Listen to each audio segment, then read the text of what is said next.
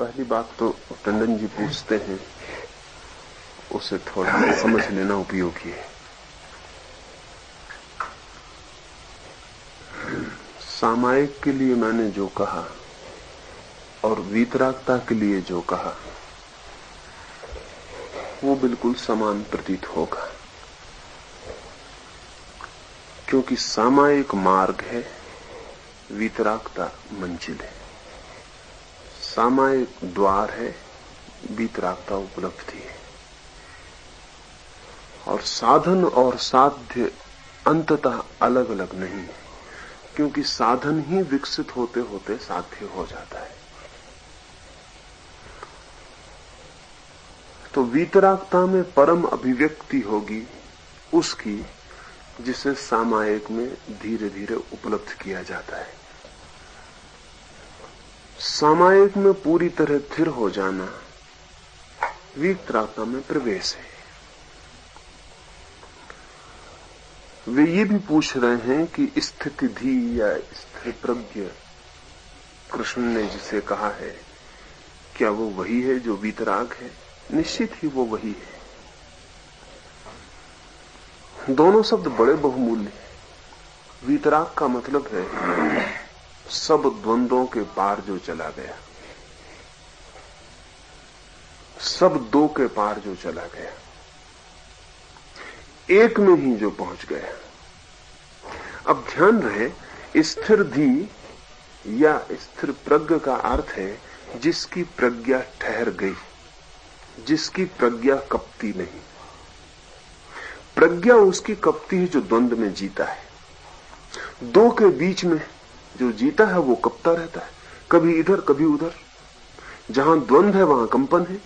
जैसे कि एक दिया जल रहा है तो दिए की लौ कपती है, क्योंकि हवा कभी पूरब झुका देती है, हवा कभी पश्चिम झुका देती, तो दिया कपता रहता है। दिए का कंपन तभी मिटेगा जब हवा के झोंके न हो, यानी जब इस तरफ उस तरफ जाने का उपाय न रह जाए, दिया वहीं रह जाए जहां है।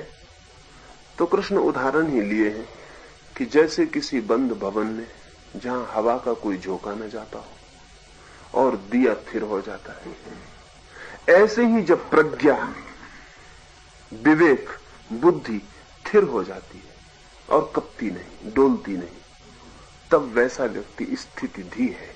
वैसा व्यक्ति जिसकी बुद्धि स्थिर हो गई, स्थिर प्रज्ञ है। वीतराग का भी यही मतलब, क्योंकि वीतराग का मतलब है कि राग और विराग का द्वंद्व जहां खो गया, जहां द्वंद्व खो गया वहां कपने का उपाय खो गया। और जब कपता नहीं है चित्त तो स्थिर हो जाता है, ठहर जाता है। महावीर ने द्वंद्व के निषेध पर जोर दिया है, इसलिए वीतराग शब्द का उपयोग किया है। द्वंद्व के निषेध पर जोर है, द्वंद्व न रह जाए।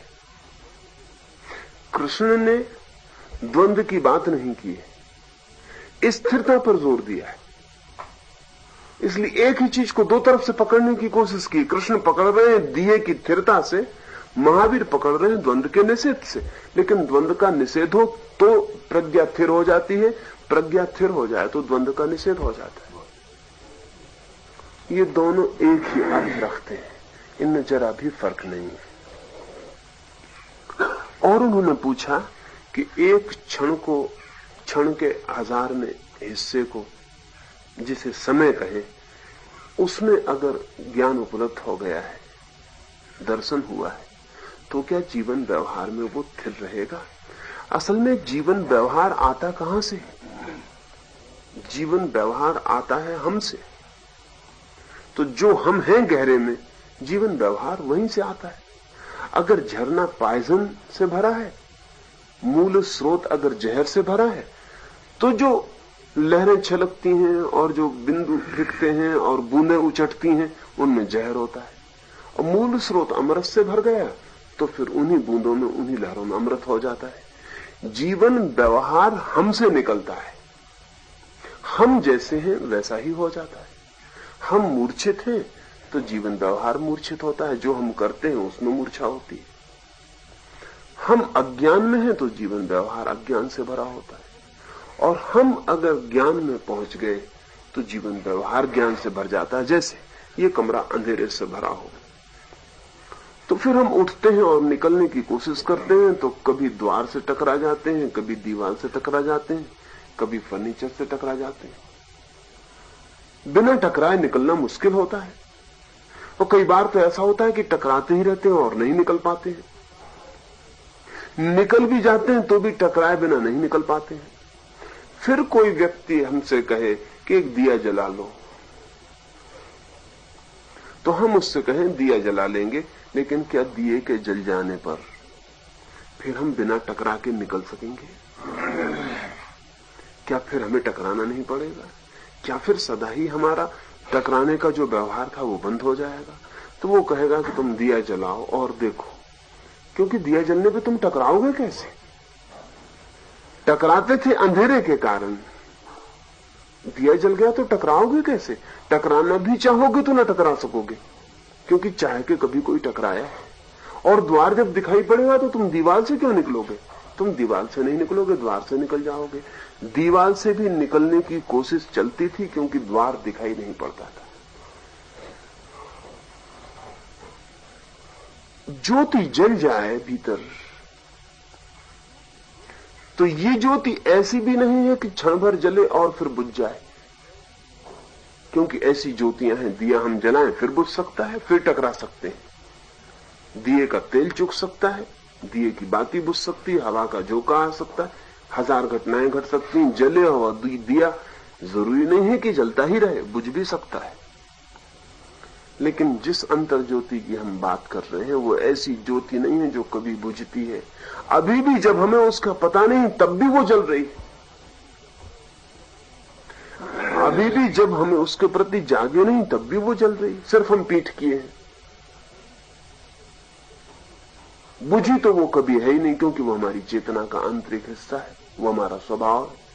पीठ फेरेंगे, लौट के देखेंगे तो वो जली हुई पाएंगे। जलेगी नहीं, वो जली हुई थी ही, सिर्फ हमारी पीठ बदलेगी, हम पाएंगे वो जली है।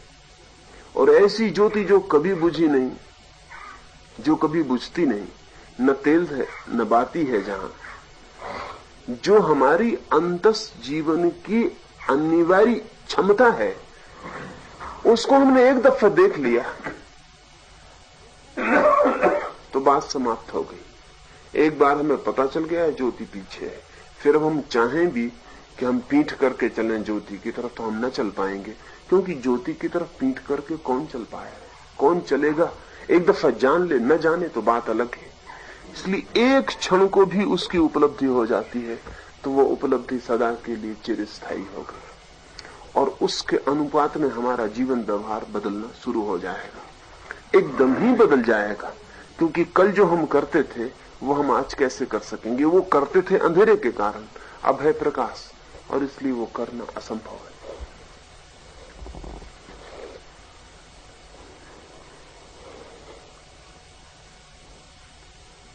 कर्म के संबंध में बहुत कुछ समझना जरूरी है, क्योंकि जितना इस बात के संबंध में ना समझी है उतनी शायद किसी बात के संबंध में नहीं।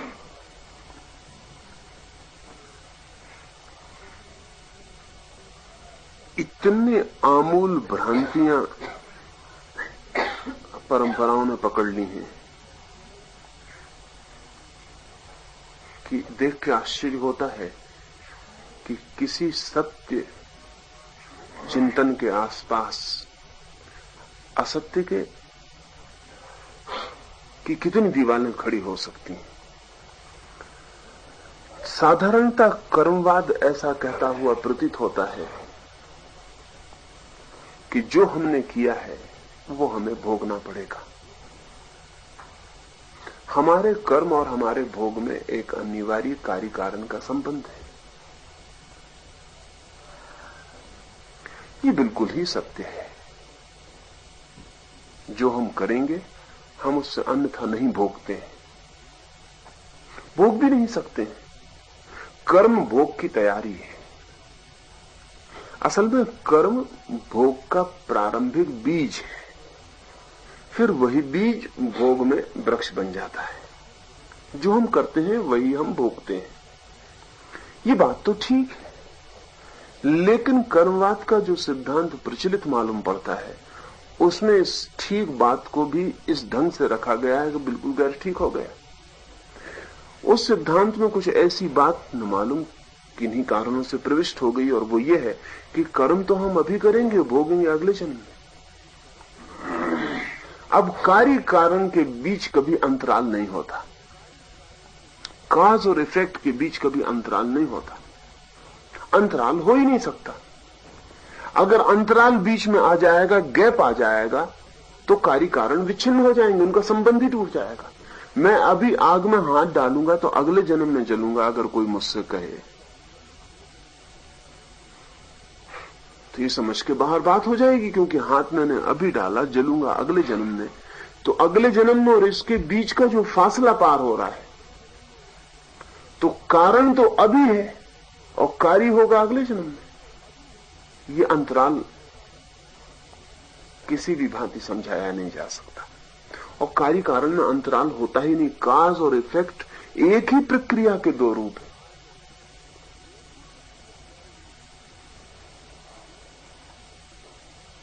एक ही प्रोसेस के दो हिस्से हैं, जुड़े हुए, संयुक्त। इस छोर से जो कारण है उस छोर पे वही कार्य है, और ये पूरी संख्या जुड़ी हुई है।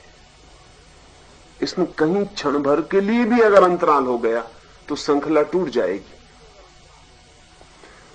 लेकिन इस तरह के सिद्धांत की, इस तरह की भ्रांति की कुछ वजह थी, और वो वजह ये थी कि जीवन में हम देखते हैं एक आदमी भला है और दुख उठाता हुआ मालूम पड़ता है, एक आदमी बुरा है और सुख उठाता हुआ मालूम पड़ता है। इस घटना ने कर्मवाद के पूरे सिद्धांत की गलत व्याख्या को जन्म दे दिया। इस घटना को कैसे समझाया जाए?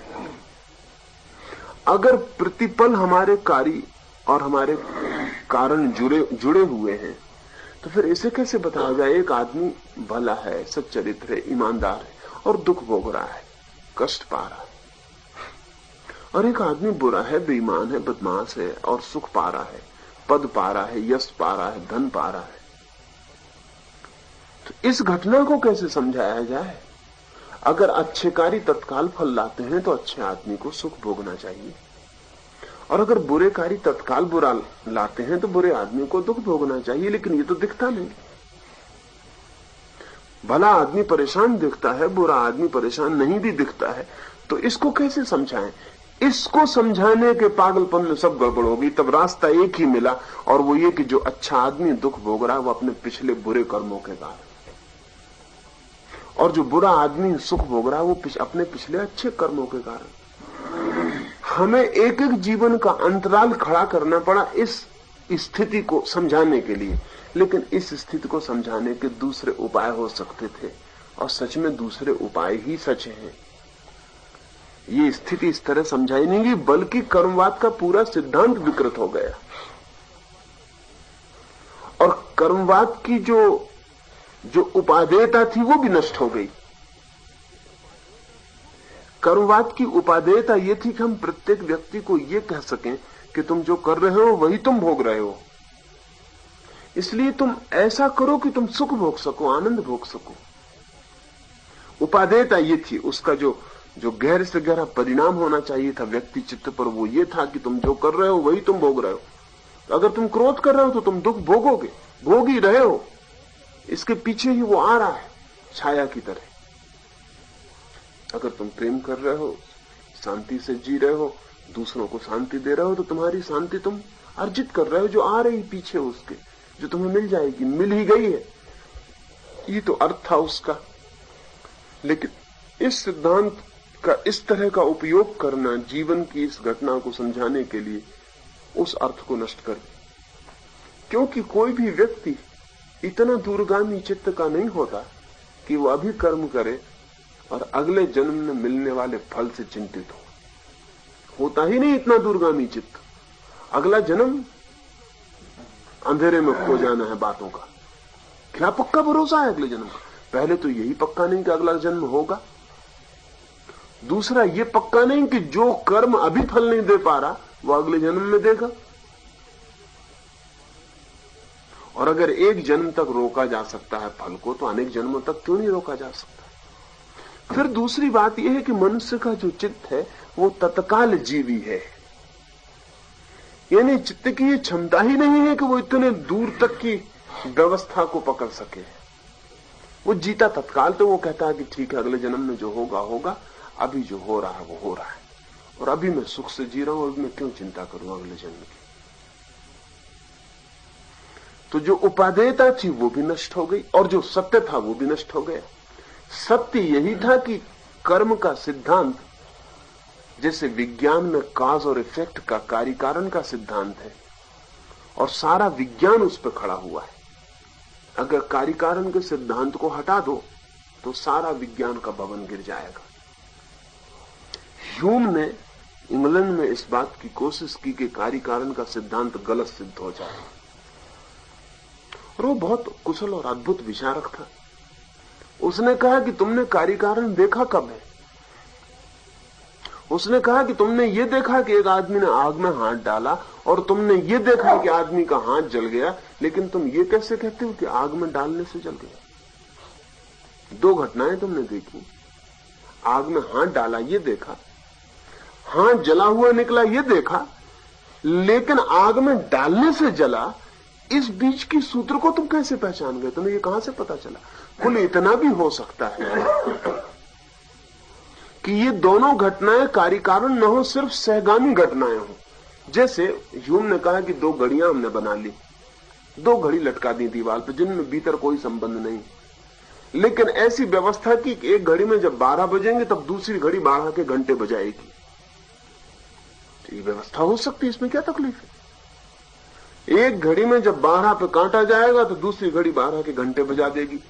कार्य कारण सिद्धांत मानने वाला कहेगा कि जब इसमें 12 बजते हैं तब इसमें 12 के घंटे बजते हैं, इनके बीच कार्य कारण का संबंध है, जबकि वो सिर्फ पैरेलल चल रही है, कोई संबंध वगैरह है ही नहीं।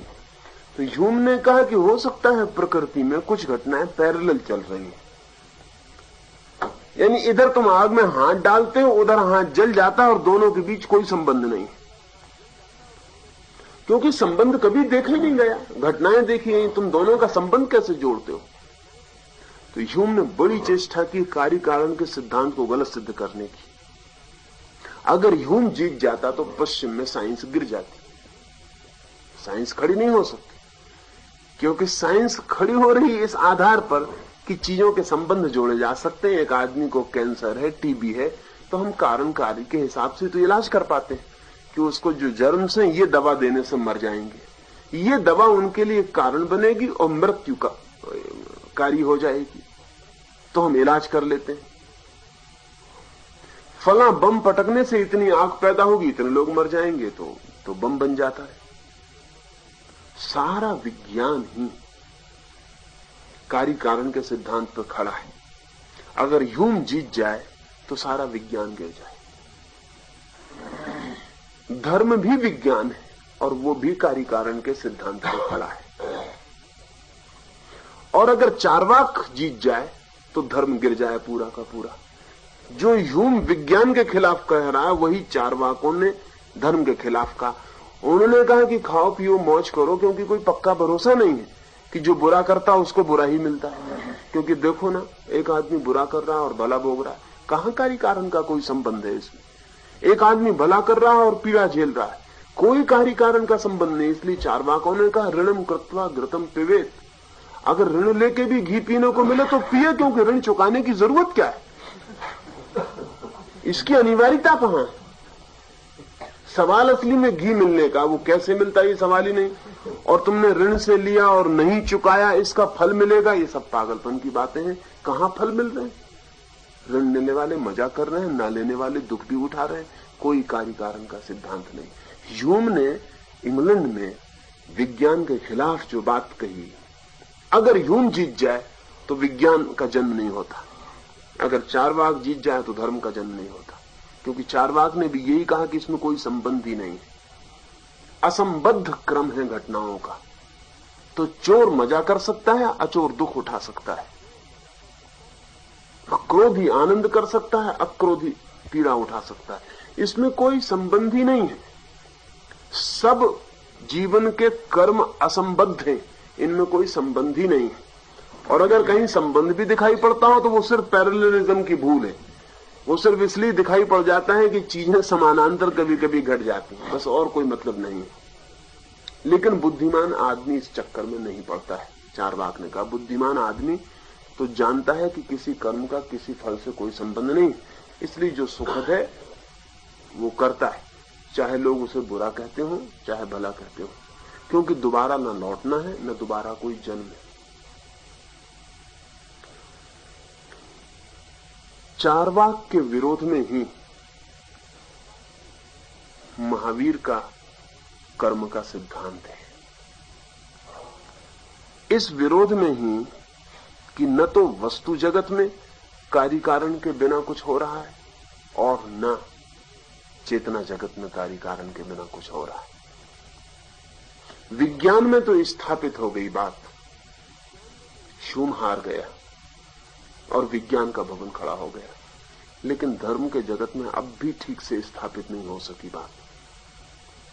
और न होने का जो बड़े से बड़ा कारण बना वो ये कि विज्ञान तो कहता है अभी कारण अभी कार्य, और ये धार्मिक तथाकथित व्याख्याकार कहने लगे अभी कारण अगले जन्म में कार्य।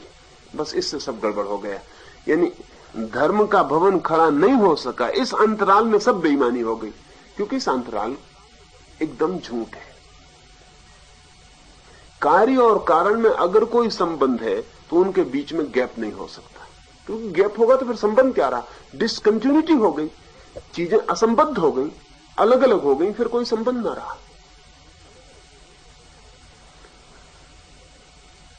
और ये व्याख्या नैतिक लोगों ने खोज ली क्योंकि वो समझा नहीं सके जीवन को। तो पहली तो बात मैं आपको जीवन को समझाऊं जिसकी वजह से ये अंतराल टूटे। मेरी अपनी समझ ये है कि प्रत्येक कर्म तत्काल फलदायी है, तत्काल इमीडिएट। जैसे मैंने क्रोध किया तो मैं क्रोध करने के क्षण से ही क्रोध का भोगना शुरू कर देता हूं। ऐसा नहीं कि अगले जन्म में क्रोध का फल भोगूंगा। क्रोध करता हूं और क्रोध का दुख भोगता हूं। यानी क्रोध का करना और दुख का भोगना युगपत चल रहा है, साथ चल रहा है। क्रोध तो विदा हो जाता है, लेकिन दुख का सिलसिला और भी देर तक चलता रहता है। तो पहला हिस्सा कारण हो गया, दूसरा हिस्सा कार्य हो गया। ऐसा असंभव है कि कोई आदमी क्रोध करे और दुख न झेले। ऐसा भी असंभव है कि कोई आदमी प्रेम करे और आनंद अनुभव न करे, क्योंकि प्रेम करने की क्रिया में ही, प्रेम करने के कृत्य में ही प्रेम का आनंद झरना शुरू हो जाता है। एक आदमी रास्ते पे गिरे हुए किसी आदमी को उठाए अभी और अगले जन्म तक प्रतीक्षा करे, ऐसा नहीं। उठाने के क्षण में ही वो जो उठाने का आनंद है भरपूर उसके हृदय को भर जाता है। ऐसा नहीं है कि उठाने का कृत्य अलग है और फिर आनंद कहीं और प्रतीक्षा कर रहा है जो मिलेगा। तो कहीं कोई हिसाब किताब रखने की जरूरत नहीं है। इसलिए महावीर भगवान को विदा कर सके। अगर हिसाब किताब रखना है जन्मों जन्मों तक तो फिर नियंता की व्यवस्था जरूरी हो जाएगी। ये ध्यान में रहे, महावीर नियंता को बिल्कुल विदा कर सके, क्योंकि उन्होंने कहा नियम काफी है, नियंता की कोई जरूरत नहीं। नियंता की जरूरत वहां होती है जहां नियम का लेखा जोखा रखना पड़ता हो। क्रोध में अभी करूं और किसी जन्म में मुझे फल मिलता हो तो इसका हिसाब कहां रहेगा? इसका हिसाब किस व्यवस्था में संरक्षित रहेगा? ये कहां लिखा रहेगा कि मैंने किया था क्रोध और मुझे ये फल मिलना चाहिए? कितना क्रोध किया था, कितना फल मिलना चाहिए? अगर सारे व्यक्तियों के कर्मों की कोई इस तरह की व्यवस्था हो कि अभी हम कर्म करेंगे और फिर कभी अनंत काल में भोगेंगे, तो बड़े हिसाब किताब, अकाउंट्स की जरूरत पड़ेगी, बड़ी खाते बहियां होंगी। नहीं तो कैसे होगा ये? तो फिर इस सब के इंतजाम के लिए एक अकाउंटेंट जनरल की भी जरूरत ही पड़ जाएगी, जो सब हिसाब किताब रखता हो और परमात्मा को बहुत से लोगों ने अकाउंटेंट जनरल की तरह ही सोचा हुआ है। वो सब नियंता है, सारे नियम की देखरेख रखता है कि नियम पूरे हो रहे या नहीं। लेकिन महावीर ने बड़ी वैज्ञानिक बात कही। उन्होंने कहा नियम पर्याप्त है, नियंता की कोई जरूरत नहीं, क्योंकि नियम स्वयंभू काम करता है। जैसे आग में हाथ डालते हैं, हाथ जल जाता है। ये आग का स्वभाव है कि वो जलाती है, ये हाथ का स्वभाव है कि वो जलता है। अब डालने की बात है, डालने से संयोग हो जाता है, डालना कर्म बन जाता है और पीछे जो भोगना है वो फल बन जाता है। इसमें किसी को भी व्यवस्थित होकर खड़े होने की, आग को कहने की जरूरत नहीं कि अब जला, ये आदमी हाथ डालता है। हाथ डालना और जलना ये बिल्कुल ही स्वयंभू नियम के अंतर्गत हो जाते हैं। नियम है, नियंता नहीं। ला है, ला गिवर नहीं है महावीर के हिसाब में। क्योंकि महावीर कहते हैं कि अगर नियंता हो तो नियम में गड़बड़ होने की सदा संभावना है। क्योंकि कोई प्रार्थना करे, हाथ जोड़े, खुशामद करे नियंता की, नियंता किसी पर खुश हो जाए, किसी पर नाराज हो जाए, तो कभी आग में हाथ जले और कभी न जले। कभी भक्त जैसे प्रहलाद आग में न जले क्योंकि भगवान उस पर प्रसन्न है। तो महावीर कहते हैं कि अगर ऐसा कोई नियंता है तो नियम सदा गड़बड़ होगा, क्योंकि वो जो नियंता का एक तत्व और एक व्यर्थ की परेशानी खड़ी करता है। अब प्रहलाद उसका भक्त है तो वो उसको नहीं जलाता आग में, पहाड़ से गिराओ तो उसके पैर नहीं टूटते, और दूसरे किसी को गिराओ तो उसके पैर टूट जाते हैं। तो फिर पार्शियलिटी और पक्षपात शुरू होगा। प्रहलाद की पूरी कथा पक्षपात की कथा है। उसमें अपने आदमी की फिक्र की जा रही, उसमें अपने व्यक्ति के लिए विशेष सुविधाएं और अपवाद दिए जा रहे। महावीर कहते हैं अगर ऐसे अपवाद है तब फिर धर्म नहीं हो सकता। धर्म का बहुत गहरे से गहरा मतलब होता है दी लॉ। धर्म का मतलब ही होता है नियम, और कोई मतलब ही नहीं होता। धर्म का मतलब ही होता है नियम, और नियम पर अगर एक ऊपर नियंता भी है तो फिर सब गड़बड़ हो जाएगी। कभी ऐसा हो सकता है कि टीबी किसी दवा से मरे, और कभी ऐसा हो सकता है कि टीबी के जन्म प्रहलाद की तरह भगवान के भक्त हो और दवा कोई काम ना करे। इसमें क्या कठिनाई है? फिर नियम नहीं हो सकता। अगर नियंता है तो नियम में बाधा पड़ेगी। इसलिए महावीर नियम के पक्ष में नियंता को विदा करते हैं। ये बड़ी महत्वपूर्ण बात है। नियम के पक्ष में नियंता को विदा कर देते हैं। वो कहते हैं नियम काफी और नियम अखंड है। नियम से प्रार्थना, पूजा पाठ से बचने का कोई उपाय नहीं। बस नियम से बचने का एक ही उपाय है कि नियम को समझ लो कि आग में हाथ डालने से हाथ जलता है, इसलिए हाथ मत डालो। इसको समझ लेना जरूरी। अगर नियंता है तो फिर यह भी हो सकता है कि नियंता को राजी कर लो और हाथ डालो, क्योंकि नियंता उपाय कर देगा कि नहीं जलाते। अच्छा ठहरो, आग को कह देगा रुको, अभी इस आदमी को जलाना मत। तो महावीर कहते हैं कि चारवाक को अगर मान लिया जाए तो भी जीवन अव्यवस्थित हो जाता है, क्योंकि वो कहता है कि दो कर्मों के बीच में कोई अनिवार्य संबंध नहीं। और महावीर कहते हैं कि अगर भगवान को मानने वालों को मान लिया जाए तो वे भी ये कहते हैं कि अनिवार्य संबंध के बीच में एक व्यक्ति है जो अनिवार्य संबंधों को भी शिथिल कर सकता है। इसलिए वो कहते हैं चारवाक भी अव्यवस्था में ले जाता है, भगवान को मानने वाला भी अव्यवस्था में ले जाता है। ये दोनों एक ही तरह के लोग हैं। चारवाक नियम को ही तोड़ के अव्यवस्था पैदा कर देता है, और भगवान को मानने वाला नियम के ऊपर भी किसी को स्थापित करके। तो महावीर ये पूछते हैं कि वो भगवान नियम के अंतर्गत चलता है? अगर नियम के अंतर्गत चलता है तो उसकी जरूरत क्या है? यानी अगर भगवान आग में हाथ डालेगा तो उसका हाथ जलेगा कि नहीं? अगर जलता है उसका हाथ भी, तो वो भी वैसे ही है जैसे हम हैं। और अगर ऐसा है कि भगवान के लिए अपवाद है कि वो आग में हाथ डाले तो नहीं जलता है बल्कि शीतल मालूम होती है आग, तो ऐसा भगवान खतरनाक है, क्योंकि इस भगवान से जो भी दोस्ती बनाएंगे वो आग में हाथ भी डालेंगे और शीतल होने का उपाय भी कर लेंगे। इसलिए महावीर कहते हैं कि हम नियम को तो इंकार नहीं करते, क्योंकि नियम का इंकार करना अवैज्ञानिक है। नियम तो है और हम नियंता को स्वीकार नहीं करते, क्योंकि नियंता की स्वीकृति नियम में फिर बाधा डालती। तो जो विज्ञान ने अभी इस पश्चिम में 300 वर्षों में उपलब्ध किया है कि विज्ञान सीधे नियम पर निर्धारित है, सीधे नियम की खोज, कॉज एंड इफेक्ट के कानून की खोज। और विज्ञान कहता किसी भगवान से हमें कुछ लेना देना नहीं, हम तो प्रकृति का नियम खोज लेते हैं और नियम कारगर है। ठीक यही बात 2500 साल पहले महावीर ने चेतना के जगत में कही कि नियंता को हम विदा करते हैं और चारवाक को हम मान नहीं सकते, क्योंकि वो सिर्फ अव्यवस्था है, अराजकता है। दोनों के बीच में एक उपाय है, वो ये है कि नियम शाश्वत है, अखंड है और अपरिवर्तनीय है। और उस अपरिवर्तनीय नियम पर ही धर्म का विज्ञान खड़ा हो सकता है। लेकिन उस अपरिवर्तनीय नियम में पीछे के व्याख्याकारों ने जो जन्मों का फासला किया, उसने फिर गड़बड़ पैदा कर दी। ये तीसरी गड़बड़ थी। पहली गड़बड़ थी चारवाक की, दूसरी गड़बड़ थी भगवान के भक्त की, तीसरी गड़बड़ थी 2 जन्मों के बीच में अंतराल पैदा करने वाली। और महावीर को फिर झुठला दिया गया। ये असंभव ही है, एक कर्म अभी हो और फल फिर कभी। फल इसी कर्म की श्रृंखला का हिस्सा होगा, इसी कर्म के साथ मिलना शुरू हो जाएगा। हम जो भी करते हैं हम उसे भोग लेते हैं, और अगर ये हमें पूरी सघनता में स्मरण हो जाए तो हमारे जीवन में और हमारे कर्म में अनिवार्य अंतर पड़ने वाला है।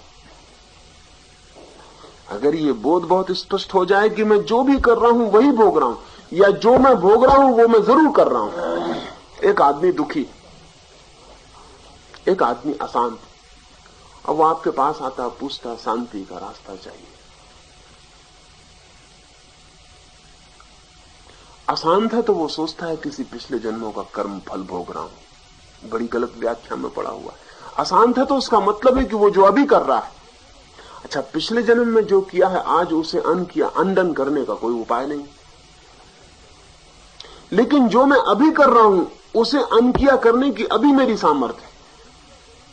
अगर मैं आग में हाथ डाल रहा हूं, मेरा हाथ जल रहा है, और अगर मेरी मान्यता यह है कि पिछले जन्म के किसी पाप का फल भोग रहा हूं, तो मैं हाथ डाले चला जाऊंगा, क्योंकि पिछले जन्म के फल को पर कर्म को मैं बदल कैसे सकता हूं, ये तो होगा ही। इधर आग में हाथ डालूंगा, जलूंगा, और गुरुओं से पूछूंगा कि शांति का उपाय बताइए, क्योंकि हाथ बहुत जल रहा है, और वो गुरु भी ये मानते हैं कि पिछले जन्म के फल के कारण जल रहा है, तो वे भी नहीं कहते कि हाथ बाहर खींचो, क्योंकि हाथ जल रहा है तो उसका मतलब हाथ अभी डाला जा रहा है, और अभी डाला गया हाथ बाहर भी खींचा जा सकता है। लेकिन एक जन्म पहले डाला गया हाथ आज कैसे बाहर खींचा जा सकता है? तो इस व्याख्या ने कि 2 जन्मों के बीच और अनंत जन्मों में फल का भोग चलता है, मनुष्य को एकदम परतंत्र कर दिया। परतंत्रता पूरी होगी क्योंकि पीछा तो बंधा हुआ हो गया, अब उसमें कुछ किया नहीं जा सकता। तो मेरा मानना है कि सब कुछ किया जा सकता है इसी वक्त, क्योंकि जो हम कर रहे हैं वही हम भोग रहे हैं। एक मित्र मेरे पास आए, कोई 2 या 3 वर्ष हुए। उन्होंने कहा कि बहुत अशांत हूं। अरविंद आश्रम गया, वहां भी शांति नहीं मिली। रमन आश्रम गया, वहां भी शांति नहीं मिली। शिवानंद के वहां गया, वहां भी शांति नहीं मिली। कहीं शांति नहीं, सब धोखाधड़ी है, सब बातचीत है, कहीं कोई शांति नहीं मिलती। पांडिचेरी में किसी ने आपका नाम ले दिया तो वहीं से सीधा यहां चला आ रहा हूं। तो मैंने कहा तुम सीधे एकदम मकान के बाहर हो जाओ, क्योंकि इसके पहले कि तुम जाके कहीं कहो कि वहां भी शांति नहीं मिली। मैंने उनसे पूछा कि तुम अशांति खोजने किससे पूछने गए थे?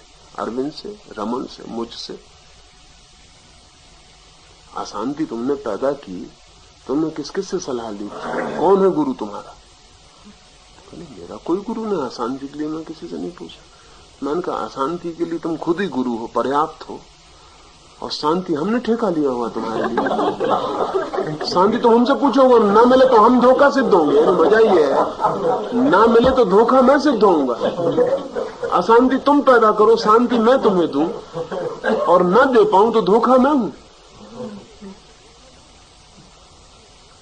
मैंने उनसे कहा कि कृपा करके इतनी खोजो कि तुम्हें अशांति कैसे मिल रही है। बस जिस ढंग से तुम अशांति पा रहे हो उस ढंग को बदलो। वो ढंग अशांति देने वाला है, वो कारण है तुम्हारी अशांति का, तो उसको तो तुम देखना नहीं चाहते।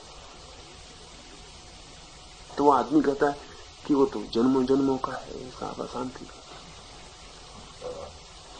तो मैंने कहा जन्मों जन्मों कोशिश करनी पड़ेगी फिर अब शांति के लिए, फिर इतना जल्दी होने वाला भी नहीं। पर मैं तुमसे कहता हूं कि हो सकता है, क्योंकि मैं कहता हूं जन्मों जन्मों की बात नहीं, तुम अभी कर रहे हो अशांति के लिए सब उपाय। मैंने कहा तुम 2-3 दिन रुक जाओ, कृपा करके तुम अपनी अशांति की चर्चा करो मुझसे, क्या क्या अशांति है, कैसे कैसे पैदा हो रही, क्या क्या हो रहा है। 3 दिन वो आदमी रुका था, तो चूंकि मैं तो शांति की कोई बात तरकीब बता ही नहीं रहा था, उसको अपनी अशांति की बात करनी पड़ी। धीरे धीरे उसकी बात खुली। उसका एक ही लड़का है, लखपति आदमी है, बड़ा ठेकेदार है, एक ही लड़का है। उसने उसकी जिस लड़की से वो नहीं चाहता था शादी करे, उस लड़की से उस लड़के ने शादी कर ली। तो दरवाजे पे बंदूक लेकर खड़ा हो गया जब वो दोनों आए और कहा कि सिर्फ लाश अंदर जा सकती घर के तुम्हारे, ने वापस लौट जाओ, अब मुझसे तुम्हारा कोई संबंध नहीं। तो मैंने उससे पूछा उस लड़की में कोई खराबी है? कहा नहीं, लड़की में तो कोई खराबी नहीं, लड़की तो एकदम ठीक है। तो मैंने कहा उस लड़के और लड़की के संबंध में कोई पाप है? नहीं, वो भी पाप नहीं। तो फिर मैंने कहा मामला क्या है, आपकी नाराजगी क्या है? सिर्फ इतनी ही ना कि आपके अहंकार को तृप्ति न मिली, लड़के ने आपकी आज्ञा न मानी, और अहंकार तो अशांति लाता है। अब उस लड़के को बाहर निकाल दिया है। बड़े आदमी का लड़का, पढ़ा लिखा भी नहीं था ठीक से, वो दिल्ली में कोई 80-90 रुपए महीने की नौकरी कर रहा है और लाखों रुपए सब उसके ही हैं। अब ये बाप तड़फ रहा है, तो अब ये अरविंद आश्रम जा रहा है, उधर जा रहा है, उधर जा रहा है। मैंने कहा कि तुम्हें कहीं जाने की जरूरत नहीं, लड़के से जाके क्षमा मांगो। तुम्हारा अहंकार तुम्हें दुख दे रहा है, और अहंकार दुख देता है, और तुम्हारा अहंकार से किया गया कृत्य अशांति ला रहा है। मैंने कहा तुम अपने दिल की बात कहो। तुम्हारे मन ने लड़के को वापस लाने कहा कि बिल्कुल है, वही मेरा लड़का है। अब मैं कितना पछता रहा हूं, हम बुढ़े बुढ़ी हैं दोनों, मरने के करीब, सब उसका है। और जब हमें पता चलता है वो 90 रुपए महीने की नौकरी कर रहा है दिल्ली में, तो हमारे मन को नींद उचट गई है। और अब ये भी लगता है उस लड़की का भी क्या कसूर है। तो मैंने कहा इसमें तो कोई बात नहीं, जब तुम बंदूक लेके खड़े हो सकते थे तो जाके क्षमा मांग सकते हो। तुम प्रेम का नियंत्रण करोगे, तुम्हारा लड़का है माना, लेकिन प्रेम करने का हक तो उसका ही है, तुम्हारा तो नहीं है इसमें बीच में बाधा डालने का कुछ। तुमने बाधा डाली है, तुम दुख भोग रहे हो। मैंने कहा कि तुम अब पहला काम करो, तुम सीधे चले जाओ दिल्ली और उस लड़के से क्षमा मांग लो। उसकी बात समझ में आ गई, वो आदमी दिल्ली गया, उसने क्षमा मांगी। 15 दिन बाद उसका पत्र आया कि मैं हैरान हूं और आपने ठीक कहा, मुझे शांति कहां न मिलती। वो लड़के और बहू घर आ गए और मैं इतना आनंदित हूं जितना मैं कभी भी नहीं था, इतना शांत हूं जिसका मैं कभी भी नहीं था। अब हमारी कठिनाई ये है कि हम जो कर रहे हैं वही अशांति ला रहा है। तब तो कुछ बदलाव अभी की जा सकती है इसी वक्त, और अगर कभी कुछ किया था वो अशांति ला रहा था तो बदलाहट का कोई उपाय नहीं। और ये जो पैदा करना पड़ा हमें सिद्धांत, वो जिंदगी की इस घटना को समझाने के लिए कि उल्टी स्थिति दिखाई पड़ती है, उसका कारण दूसरा है। जैसे मेरी अपनी समझ में अगर एक बुरा आदमी सफल होता है, सुखी होता है, तो बुरा आदमी एक बहुत बड़ी कॉम्प्लेक्स जटिल घटना है। हो सकता है वो झूठ बोलता है, बेईमानी करता है, लेकिन उसमें कुछ और भी गुण हैं जो हमें दिखाई नहीं पड़ते। वो साहसी हो सकता है, हिम्मतवर हो सकता है, पहल करने वाला हो सकता है, इनिशिएटिव लेने वाला हो सकता है, बुद्धिमान हो सकता है, एक एक कदम को जिंदगी में समझ के उठाने वाला हो सकता है, बेईमान हो सकता है, चोर हो सकता है, ये सब बातें हो सकती। बुरा आदमी इतनी बड़ी घटना है कि उसके एक पहलू को कि वो बेईमान है देख के अगर आपने निर्णय करना चाहा तो आप गलती में पड़ जाए। और एक अच्छा आदमी भी बड़ी घटना है। अब हो सकता है अच्छा आदमी चोरी भी नहीं करता, बेईमानी भी नहीं करता, लेकिन हो सकता है बहुत भयभीत आदमी हो, शायद इसीलिए चोरी और बेईमानी न करता हो। बिल्कुल साहस की कमी हो, साहस कर ही ना पाता हो, जोखिम उठा ना पाता हो, बुद्धिमान ना हो, बुद्धिहीन हो। क्योंकि अच्छा होने के लिए कोई बुद्धिमान होना बहुत जरूरी नहीं, बल्कि अक्सर ऐसा होता है कि बुद्धिमान आदमी का अच्छा होना मुश्किल हो जाता है। बुद्धिहीन आदमी अच्छा होने के लिए मजबूर होता है, कोई उपाय नहीं, क्योंकि बुद्धिहीनता बुरे होने में फौरन फंसा देती है।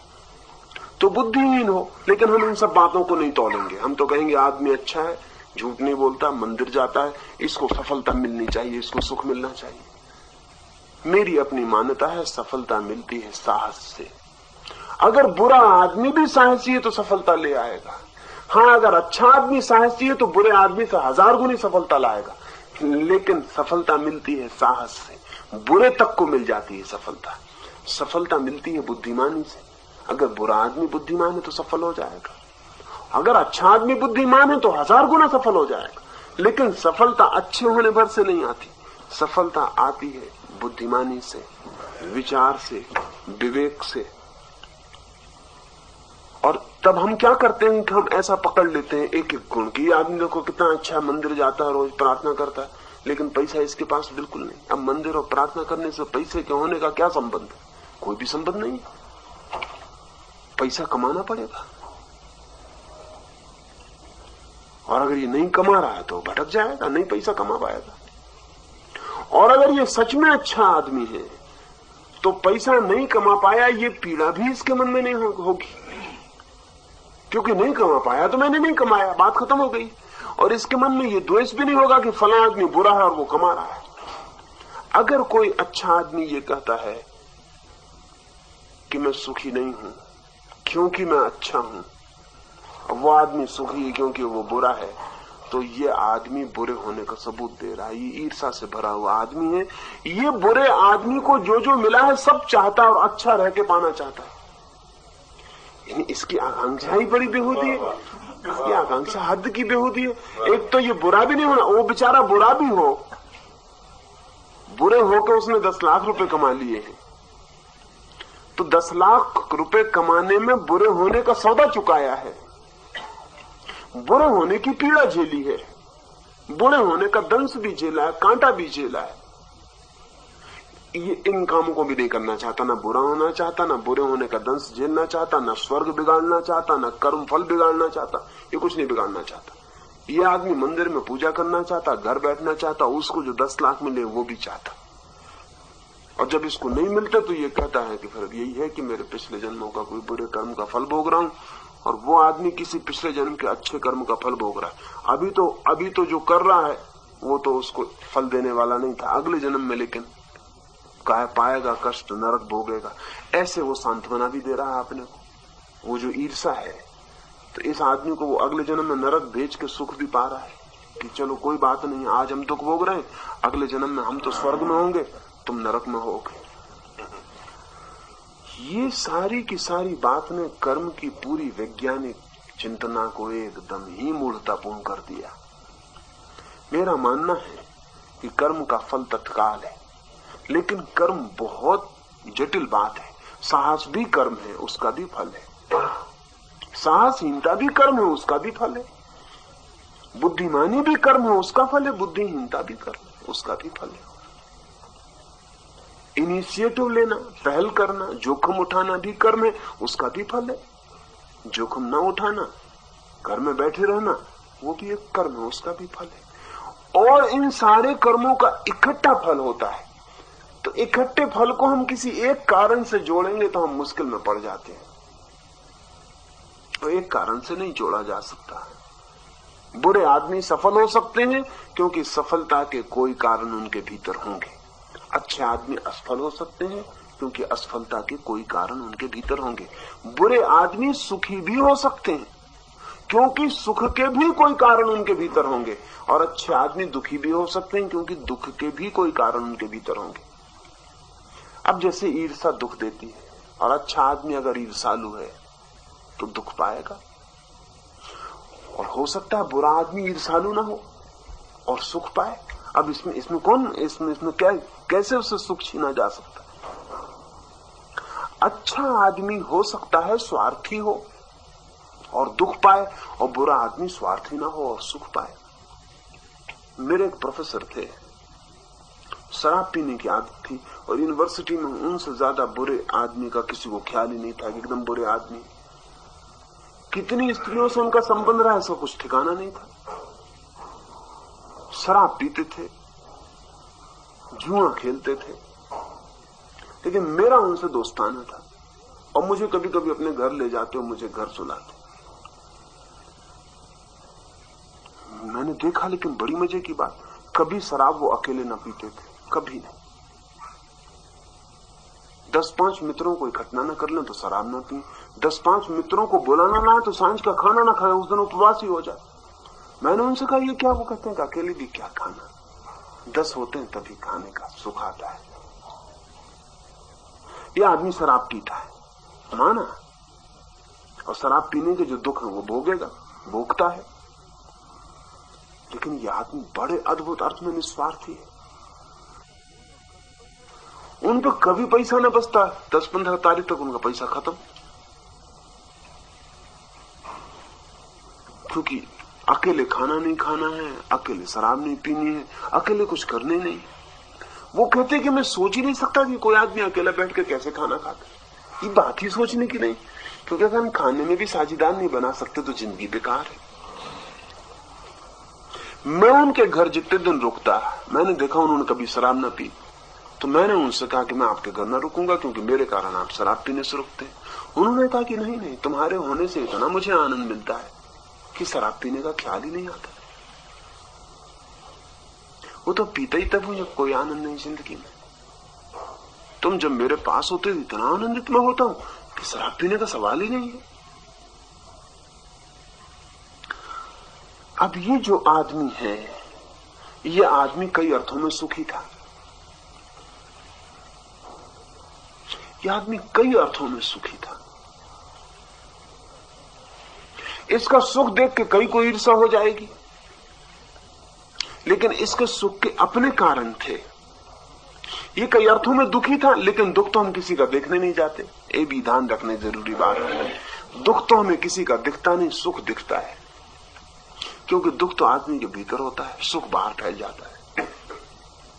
असल में सुख की किरणें सदा बाहर बिखर जाती हैं, सुख फैलता है बाहर, और दुख आदमी भीतर सुकोड़ लेता है। तो दुख तो हमें किसी का दिखता नहीं, दुख सिर्फ अपना दिखता है, और सुख सदा दूसरे का दिखता है। दुख सदा अपना दिखता है और सुख सदा दूसरे का दिखता है। ऐसे ही शुभ कर्म तो हमें अपना दिखता है और अशुभ कर्म दूसरे का दिखता है, क्योंकि हमारा अहंकार कभी मान नहीं पाता कि हम भी अशुभ कर्म कर रहे हैं। तो हमारे अहंकार को भी सुविधा मिलती है कि अशुभ कर्म अगर किए भी होंगे तो किसी और जन्म में किए होंगे, अभी तो मैं कभी नहीं कर रहा हूं, अभी तो मैं एकदम शुभ कर्म कर रहा हूं और दुख भोग रहा हूं। अभी समझ लेने जैसी है। साइकिक मामला इतना है, सिर्फ मनोवैज्ञानिक, कि अपने कर्म को प्रत्येक व्यक्ति शुभ मानता है क्योंकि अहंकार को इससे तृप्ति मिलती है, और अपने दुखों की गिनती करता है, सुखों की कभी गिनती नहीं करता, क्योंकि जो सुख हमें मिल जाता है उसकी गिनती ही भूल जाती है। जो सुख नहीं मिल पाता वो हमारी गिनती में होता है। जो मकान हमारे पास, हमें कभी नहीं लगता कि इससे हमें कोई बड़ा सुख मिल रहा है। हाँ, सड़क पर एक भिखमंगा निकलता, वो कहता देखो कितना आदमी सुखी है, और उस मकान के भीतर जो रह रहा है उसे कभी पता नहीं चलता कि मैं भी सुखी हूं। वो सड़क का भिखमंगा कहता है कितना सुखी है आदमी। ये आदमी, इस मकान वाला भी बड़े महल के बाहर से निकलता तो कहता कितना सुखी है ये आदमी, कैसा मकान, कैसा महल। उस महल में रहने वाले को कोई पता नहीं अपने सुख का। सुख के हम आदी हो जाते हैं और दुख के हम कभी आदी नहीं हो पाते। तो दुख दिखता ही रहता है और सुख दिखना बंद हो जाता है। अपना दुख दिखता है, अपने शुभ कर्म दिखते हैं कि मैंने ये किया, ये अच्छा किया, क्योंकि अहंकार अपने गलत कर्म को छिपा देता है, मिटा देता है, और अपने अच्छे कर्मों की लंबी कतार बढ़ा के खड़ा कर लेता है, और तब एक मुश्किल खड़ी हो जाती है। दूसरे के अशुभ कर्म दिखाई पड़ते हैं, क्योंकि दूसरे को शुभ मानना भी हमारे अहंकार को दुख देता है कि हमसे भी कोई अच्छा हो सकता है। साधारण आदमी को छोड़ना, बड़े से बड़े साधु से कहें कि आपसे भी बड़ा साधु एक गांव में आ गया, और भी पवित्र आदमी, आग लग जाएगी, क्योंकि ये कैसे हो सकता है कि मुझसे ज्यादा पवित्र आदमी कोई है। तो दूसरे की अपवित्रता हम खोजते रहते हैं निरंतर, इसीलिए निंदा में इतना रस है। निंदा में और कोई कारण नहीं है, निंदा का इतना रस है, शायद उससे गहरा कोई रस ही नहीं। न संगीत में आदमी को इतना आनंद आ गया, न सौंदर्य में जितना निंदा में आता। सौंदर्य छोड़ सकता है, संगीत छोड़ सकता है, सब छोड़ सकता है। अगर गहरी निंदा का मौका मिल जाए तो उस रस को वो नहीं छूकेगा। अगर हम लोगों की बातचीत पता लगाने जाएं तो 100 में से 90% बातचीत किसी की निंदा से संबंधित होगी। निंदा में रस है, क्योंकि दूसरे को छोटा दिखाने में अपना बड़ा होने का ख्याल है, इसलिए हर आदमी दूसरे को छोटा दिखाने की कोशिश में लगा हुआ है। इसलिए अगर कोई हमसे आके कहे कि फला आदमी बहुत अच्छा है, तो हम एकदम से नहीं मान लेते। हम कहेंगे भाई आपकी बात सुनी, जांच पड़ताल करेंगे, खोजबीन करेंगे, क्योंकि ऐसा हो नहीं सकता कि आदमी इतना अच्छा हो। कहाँ इतने अच्छे आदमी होते हैं, ये सब बातें सब दिखते हैं ऊपर से अच्छे, बिल्कुल अच्छा होता नहीं। लेकिन एक आदमी हमसे आके कहता है कि फला आदमी बिल्कुल चोर है, हम कभी नहीं कहते कि हम खोजबीन करेंगे, हम कहते हैं बिल्कुल हो गई, ये तो होता ही है, सब चोर हैं। जब कोई किसी की बुराई करता है तो हम बिना खोजबीन के मान लेते हैं, तर्क भी नहीं करते, विवाद भी नहीं करते। लेकिन जब कोई किसी की अच्छाई की बात कहता है तो हम बड़े सचेत हो जाते हैं, 1000 तर्क करते हैं और फिर भी भीतर संदेह को रखते हैं और जांच रखते हैं जारी कि कहीं कोई मौका मिल जाए हम बता दें कि देखो वो तुम गलत कहते थे, कि ये आदमी अच्छा था, इस आदमी में ये चीजें दिखाई पड़ गई। हम दूसरे को छोटा दिखाना चाहते हैं। दूसरे को बड़ा मानना बड़ी मजबूरी में होता है, अत्यंत कष्टपूर्ण है ये किसी को बड़ा मानना। इसलिए जिसको हम बड़ा भी मान लें अगर किसी मजबूरी में, तो भी हमारे मन में हम जांच पड़ताल जारी रखते हैं कि कोई मौका मिल जाए कि उसको छोटा सिद्ध कर दें, कोई तरकीब मिल जाए, कोई मौका मिल जाए कि उसको छोटा सिद्ध कर दें, तो हम निश्चिंत हो जाएं, वो एक बोझ उतर जाए सिर से। तो आदमी दूसरे का देखता है अशुभ और दूसरे का देखता है सुख, अपना देखता है शुभ और देखता है दुख, सारी उपद्रव हो गया। तब वो कर्मवाद के सिद्धांत में ये सब घुस गया। मेरी मान्यता यह है कि अगर कोई सुख भोग रहा है तो वो कुछ ऐसा जरूर कर रहा है जो सुख का कारण है, क्योंकि बिना कारण के कुछ भी नहीं हो सकता।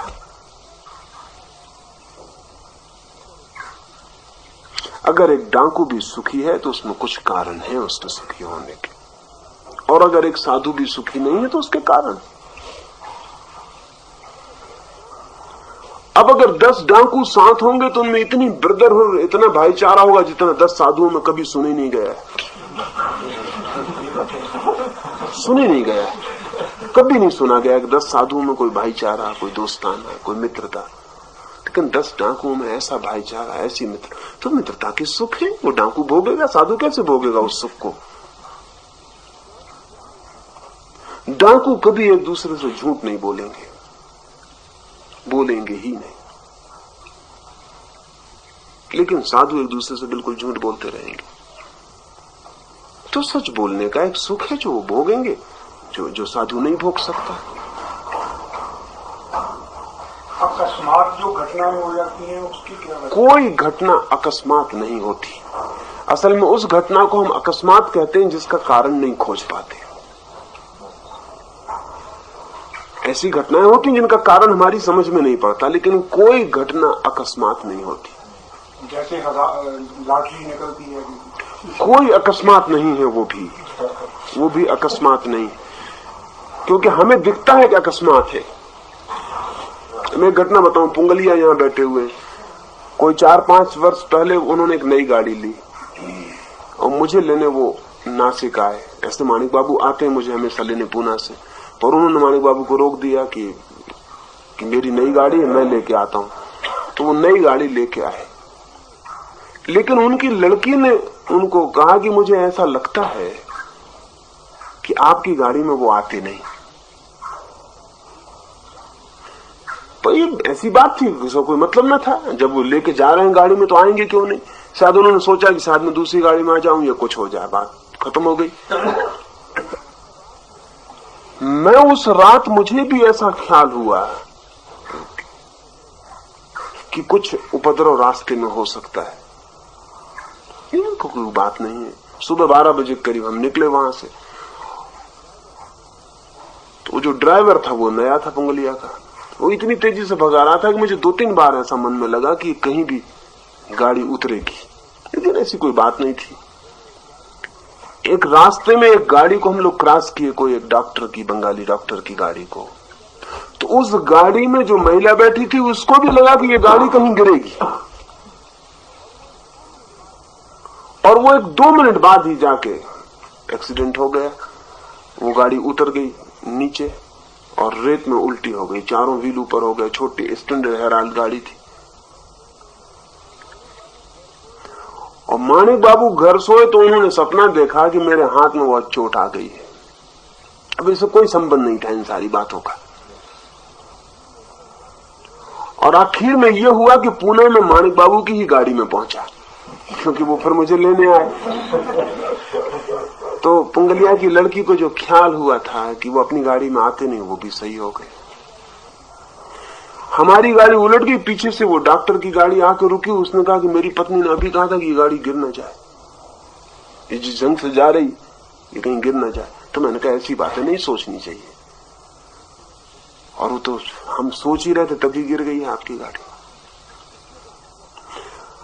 दिखेगा ऊपर से बिल्कुल अकस्मात, अकस्मात ही है, लेकिन एकदम अकस्मात नहीं मालूम होता। एकदम अकस्मात नहीं मालूम होता। इतनी मालूम होता है कि शायद कारण हमें पता नहीं चलते हैं। कारण हमें पता नहीं चलते हैं, कारण हमारे ख्याल में नहीं है।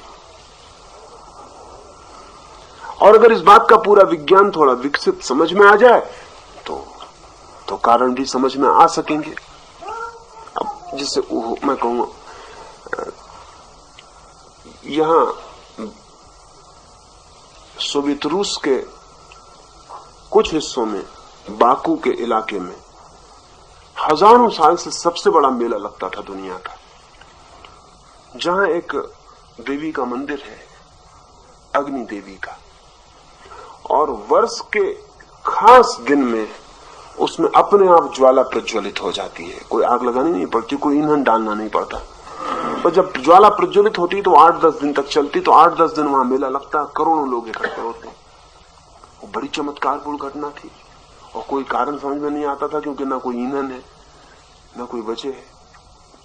फिर कम्युनिस्ट वहां आए तो उन्होंने तो मंदिर उखाड़ दिया, मेला बंद करवा दिया, खुदाई करवाई।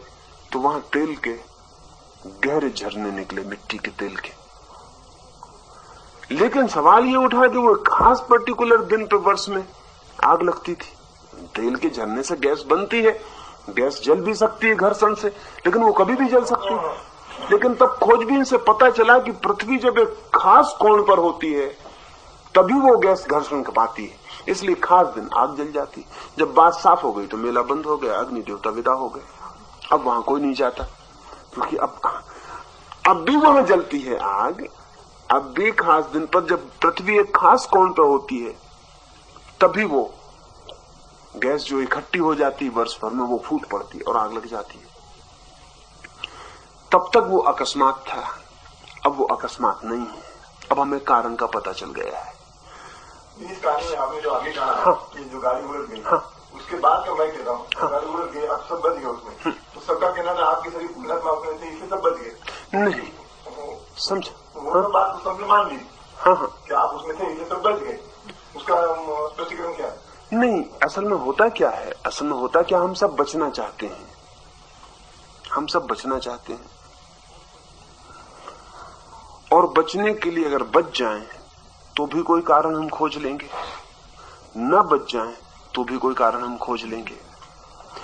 कारण हम स्थापित कर दें कोई, ये एक बात है, और कारण की खोज बिल्कुल दूसरी बात है। मेरा मतलब आप समझे ना? यानी एक तो ये होता है कि हम जो होना चाहते हैं उसके लिए भी हम कोई कारण खोज लेते हैं, और इसके भी पीछे एक बुनियादी बात है, और वो ये है कि बिना कारण के कोई भी चीज कैसे होगी, ये बुनियादी सिद्धांत हमारे भीतर काम कर रहा है। अगर चारों आदमी बच गए और जरा भी चोट नहीं पहुंची तो कोई ना कोई कारण इसका होना ही चाहिए। अगर ठीक से समझें, इतने दूर तक तो साइंटिफिक है मामला, क्योंकि अकारण ये भी नहीं हो सकता। लेकिन कारण क्या होगा वो हमें पता नहीं, तो हम कुछ भी कल्पित कर लेते हैं। हम ये कर सकते हैं कि एक अच्छा आदमी था इसलिए बच गए, और अगर मान लो न बचते तो भी हम कोई कारण खोज लेते, तब भी हम कारण खोज लेते कि एक बुरा आदमी था इसलिए मर गए। इसमें एक ही बात पता चलती है, वो ये कि आदमी अकारण किसी बात को मानने को राजी नहीं, और ये बात ठीक है। लेकिन इससे वो जो कारण बताता है वो कारण ठीक है ये जरूरी नहीं। उन कारणों की तो वैज्ञानिक परीक्षा होनी चाहिए। जैसे कि मुझे बिठाल के 2-4 दफे गाड़ी गिरानी चाहिए। आपने सुने ना? और अगर मेरे साथ 2-4 दफे गिराने से जो भी गिरे वो सब बच जाएं तो फिर जरा पक्का होगा, और अगर न बचे तो पुंगलिया जी गलत कहते हैं, तो उस मामला नहीं हुआ। मेरा मतलब ये कि वैज्ञानिक परीक्षण के बिना कोई उपाय नहीं है। कारण तो हम मानते हैं, और उसकी एक बात ठीक है उसमें, वो ये कि अकारण कोई आदमी किसी बात को मानने को राजी नहीं है, होना भी नहीं चाहिए। लेकिन दूसरी बात ठीक नहीं, तब हमें कोई भी कल्पित कारण नहीं मान लेना चाहिए, कोई भी कल्पित कारण नहीं मान लेना चाहिए। उतना हमें ध्यान रखना चाहिए कि कारण को भी हम फिर स्थापित करने के लिए प्रयोग करें, क्योंकि अगर कारण सही है तो निरपवाद सही हो जाएगा। 2-4-10 दफा मुझे गिरा के देखेंगे तो उससे पता चलेगा कि भाई सबको चोट लगती है कि नहीं लगती। और मजे की बात ये कि चोट अगर लगी तो थोड़ी सिर्फ मुझको ही लगी थी उसमें बाकी किसी को बिल्कुल नहीं लगी थी। थोड़ा सा जो भी लगा था वो मेरे पैर में लगा था, बाकी तो किसी को नहीं लगा। तो अगर बुरा आदमी कोई था भी उसमें तो मैं ही था, क्योंकि किसी को जरा सी भी खरोच भी नहीं किसी को आई थी। तो वो तो बाकी हम कल्पित आरोपण करते हैं, उनका कोई मूल्य नहीं है। लेकिन अकस्मात कुछ भी नहीं है, अकस्मात कुछ भी नहीं है, क्योंकि अकस्मात अगर हम मान लें तो कार्य कारण का सिद्धांत गया, एकदम गया। एक बात भी अगर इस जगत में अकस्मात होती है तो सारा सिद्धांत गया, फिर कोई सवाल नहीं है उसके बचने का। अकस्मात कुछ होता ही नहीं, हो ही नहीं सकता, क्योंकि होने के पीछे कारण के बिना होने का उपाय ही नहीं, कारण होगा ही। अब जैसे एक आदमी है और उसको लॉटरी मिल जाती है तो बिल्कुल ही अकस्मात बात है, क्योंकि इसमें तो कोई कारण हम खोज नहीं सकते कि इसमें क्या कारण खोजें, इसमें क्या कारण खोजें। एक आदमी को लॉटरी मिल जाती तो हमें कोई कारण नहीं दिखाई पड़ता। लेकिन 1 लाख आदमियों ने अगर लॉटरी के टिकट भरे हैं और एक आदमी को मिल गई है, तो किसी दिन अगर वैज्ञानिक क्षमता हमारी बढ़े और 1 लाख लोगों के चित्तों का विश्लेषण हो सके तो मैं आपको कहता हूं वो कारण मिल जाएगा जिस आदमी को मिलने का वजह है। अब हो सकता है इन 1 लाख लोगों में सबसे ज्यादा संकल्प का आदमी यही है, ये हो सकता है, और सबसे ज्यादा सुनिश्चित इसी ने मान लिया है कि लॉटरी मुझे मिलने वाली है, ये हो सकता है। एक उदाहरण दे रहा हूं, और 1000 कारण हो सकते हैं। अगर इन लाख लोगों में सबसे संकल्पवान आदमी जो है, विल पावर का आदमी जो है, उसके मिलने की संभावना ज्यादा है, क्योंकि उसके पास एक कारण है जो दूसरों के पास कारण नहीं है। अभी इस पर बहुत प्रयोग चलते हैं। अगर हम एक मशीन से ताश के पत्ते फेंकें या मशीन से हम पांसे फेंकें तो मशीन तो कोई विल नहीं होती मशीन में, मशीन पांसे फेंक देती है। अगर 100 बार पांसे फेंकते हैं तो समझ लीजिए 2 बार 12 का अंक आता है। तो यह अनुपात हुआ मशीन के द्वारा फेंकने का, कि मशीन का तो कोई विल नहीं है, कोई इच्छा नहीं है, मशीन तो सिर्फ फेंक देती है, पांसे हिला देती, फेंक देती। 100 बार फेंकने में 2 दफे 12 का अंक आता है। अब एक दूसरा आदमी है जो हाथ से पांसे फेंकता है और हर बार भावना करके फेंकता है कि 12 का अंक है, वो 100 में 20 बार 12 का अंक ले आता है।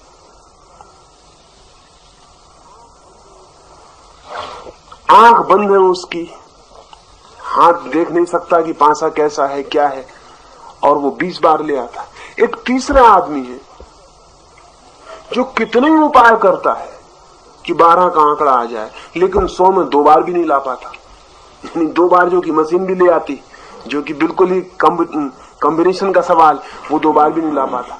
ये जो 20 बार लाता है, इस आदमी से हम दोबारा प्रयोग करवाते हैं कि तू इस बार पक्का कर कि 12 का आंकड़ा नहीं आने देना है, तो वो आंकड़ा फेंकता है। तो 20 बार नहीं आता, समझो 5 बार आता है, 3 बार आता है, 2 बार आता है। तो अब सवाल होगा ये कि भीतर की विल काम करती है। इस पर हजारों प्रयोग किए गए और ये निर्णित हो गया है कि भीतर का संकल्प पांसे तक को प्रभावित करता है, भीतर का संकल्प ताश के पत्तों को प्रभावित करता है, भीतर का संकल्प घटनाओं को बांधता है और प्रभावित करता है। और भीतर का संकल्प भी हजारों उस आदमी के अनुभवों का और कारणों का परिणाम होता है। वो भी आकस्मिक नहीं है कि किसी आदमी को भीतरी संकल्प मिल गया। भीतरी संकल्प भी उसके हजारों उन अनुभवों और कारणों का फल होता है जिनसे वो गुजरा। समझ लीजिए कि एक आदमी है और उसने तय किया कि मैं 12 घंटे तक आंख नहीं खोलूंगा, और वो आदमी बैठ गया और 12 घंटे में उसने 3 ही घंटे बाद आंख खोल ली। तो इस आदमी का भावी संकल्प छीन हो जाएगा, इस आदमी के संकल्प की शक्ति छीन हो जाएगी। अगर वो 12 घंटे तक आंख बंद किए बैठा ही रहा, कोई उपाय नहीं किए जा सके कि वो आंख खोले 12 घंटे में, तो ये आदमी अब एक कर्म कर रहा है जिसका फल होगा कि इसका भीतरी संकल्प मजबूत हो जाए। जीवन बहुत जटिल है और उसमें कोई बात कैसे घटित हो रही है ये कहना एकदम ही मुश्किल है। आज मुश्किल है, लेकिन इतना कहना निश्चित कहा जा सकता है कि हो रही है तो पीछे कारण होगा, चाहे ज्ञात हमें ना हो चाहे अज्ञात हो। अब जो भी हो रहा है हमारे चारों तरफ, एक दक्षिण में एक बड़े संगीतज्ञ का जन्मदिन मनाया जा रहा, 75वां। बूढ़ा हो गया, उसके हजारों शिष्य हैं और वो सब भेंटें चढ़ाने आए, क्योंकि हो सकता है अगले वर्ष वो जिए भी नहीं।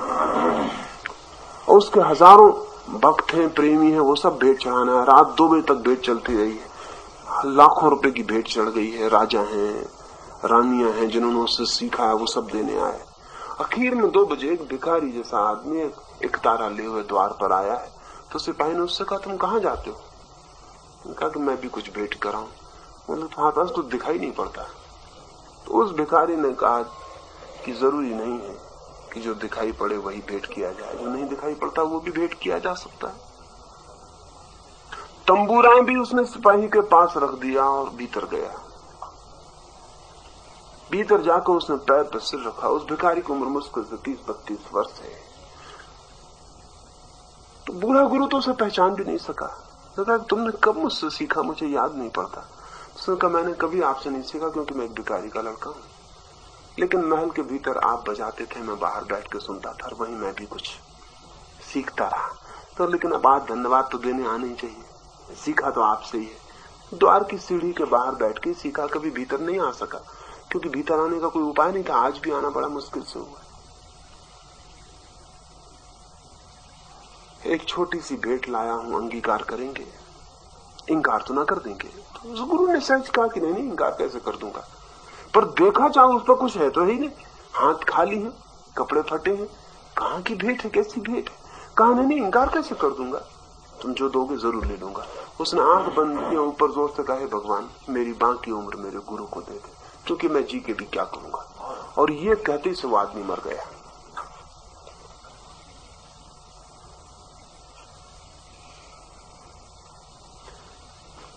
ये ऐतिहासिक घटना है। संकल्प इतना प्रबल अगर किसी आदमी का है तो ये हो सकता है, ये बहुत कठिन नहीं। और वो गुरु कोई 15 वर्ष और जिया, जिसके एक ही साल में मर जाने की आशा थी। ये ऐसा व्यक्ति अगर लॉटरी पे नंबर लगा दे, कोइंसिडेंस हमें दिखेगा, क्योंकि हमें कारण तो दिखाई पड़ते नहीं। वही तो ह्यूम कहता है कि सब कोइंसिडेंस है। वही ह्यूम कहता है, क्योंकि कारण कहां दिखाई पड़ रहे हैं। जिनमें हमें दिखाई पड़ जाते हैं उसमें तो हम राजी हो जाते, जिसमें नहीं दिखाई पड़ते कोइंसिडेंस, संयोग मालूम पड़ता है। लेकिन संयोग भी बड़ा अद्भुत है कि एक आदमी कहे कि मेरी उम्र चली जाए और उसी वक्त उसकी उम्र चली जाए। इतना एकदम आसान नहीं है संयोग भी। हो सकता है, लेकिन ये होना भी एकदम आसान नहीं मालूम पड़ता, और वो वहीं गिर जाए और ढेर हो जाए। इतने संकल्प का आदमी अगर लॉटरी का नंबर लगा दे तो बहुत कठिन नहीं है कि निकला। यानी मैं कह कुल इतना रहा हूं कि बहुत से कारण हैं जो हमें दिखाई नहीं पड़ते हैं। नहीं पड़ने की वजह से अंधेरे में हम टटोलते हुए लगते हैं, हमको लगता है ऐसा हो रहा है वैसा हो रहा है, आकस्मिक दिखता है। आकस्मिक कुछ भी नहीं है। किसी एक को मिलना था लॉटरी, उसलिए उसको मिली, ऐसा नहीं कहा जा सकता। किसी एक को तो मिलनी थी लॉटरी, इसलिए उसको मिली। अब ये है जो मामला ना, इसकी भविष्यवाणी भी की जा सकती है कि किसको मिलेगी। इसकी भविष्यवाणी भी की जा सकती है। ऐसी भविष्यवाणी करने वाले लोग भी हैं। जो 1 लाख लोग लॉटरी लगाए हुए उनमें से बता सकें कि किसको मिलेगी, तब क्या करोगे? तब तो बड़ा मुश्किल हो जाएगा। तब तो बहुत कठिन हो जाएगा कि हिटलर की मृत्यु को बताने वाले लोग हैं कि किस दिन हो जाएगी, गांधी की मृत्यु को बताने वाले लोग हैं कि किस दिन हो जाएगी, चीन किस दिन हमला करेगा भारत पे इसको बताने वाले लोग हैं, हमला होगा इसको बताने वाले लोग हैं। एक अर्थ में हम कह सकते हैं सब संयोग है। लेकिन हिरोशिमा में 2 लाख व्यक्ति भी एक साथ मर गए। हाँ, मरे। 2 लाख व्यक्ति भी एक साथ मर सकते हो। 2 लाख व्यक्ति भी एक साथ मर सकते हैं, क्योंकि हमें ऐसा लगता है ना किसी न किसी दिन तो ऐसा होगा कि सारी पृथ्वी एक साथ मरेगी। ये हमें लगता है कि कितना आकस्मिक है कि 2 लाख आदमी एक साथ मर गए, क्योंकि इन 2 लाख व्यक्तियों के भीतर भी हमारा कोई प्रवेश नहीं। इन 2 लाख व्यक्तियों की संभावनाओं के भीतर भी हमारा कोई प्रवेश नहीं। और ऊपर से ऐसे दिखता है बिल्कुल आकस्मिक है कि एटम गिरा, लेकिन कोई पूछे कि हिरोशिमा पे क्यों गिरा? हिरोशिमा कोई महत्वपूर्ण नगर न था, टोक्यो पे गिर सकता था। हिरोशिमा पे क्यों गिरा? नागासाकी पे क्यों गिरा? ये जब तक हमें पूरा का पूरा भीतर प्रवेश ना हो जाए कारणों के जिनका की प्रवेश नहीं है, जब तक कि हम हिरोशिमा के लोगों के भीतर न घुस सके, कोई नहीं कह सकता कि हिरोशिमा में जापान में सबसे ज्यादा सुसाइडल लोग हों। मैं कहता हूं ये कोई नहीं कह सकता कि जापान के सारे नगरों में सबसे ज्यादा आत्मघाती लोग हिरोशिमा में हों, इसलिए हिरोशिमा एटम को आकर्षित करता हो। मेरा मतलब सुन रहे ना?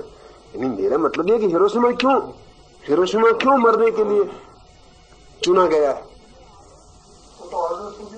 यानी ये आदर्श भी इतने बड़े जापान में हिरोशिमा को ही चुना जाए। हिरोशिमा का आपने नाम भी नहीं सुना होगा पहले कभी।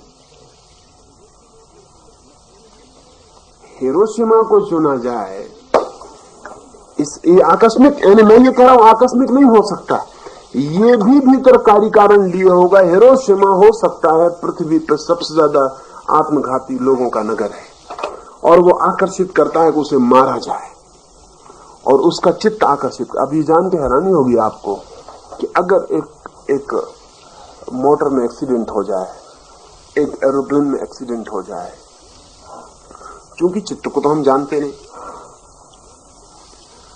कोई नहीं कह सकता कि उस हवाई जहाज पर बैठे हुए लोगों के चित्त में क्या चल रहा है और वो किस भांति परिणाम ला सकता है, ये कोई नहीं कह सकता। मेहर बाबा की जिंदगी में कुछ 2-3 घटनाएं बड़ी अद्भुत। एक मकान उनके लिए बनाया गया, उनके लिए ही बनाया गया, और उस मकान में वो प्रवेश करने गए। दरवाजे पर खड़े होकर, यानी प्रवेश का उत्सव मनाया जा रहा है, फूल झाड़ लगाए गए हैं, दिए जलाए गए हैं। दरवाजे पर खड़े होकर 2 मिनट रुके और वापस लौटा। उसने कहा इस मकान में मैं नहीं जाऊंगा। लोगों ने कहा क्या मतलब है आपका इस मकान में न जाने? सुनकर और मैं कुछ मुझे नहीं लगता, लेकिन बस दरवाजे पर मैं एकदम ठिठक, मैं मकान में नहीं जाता। वो मकान उसी रात गिर गया।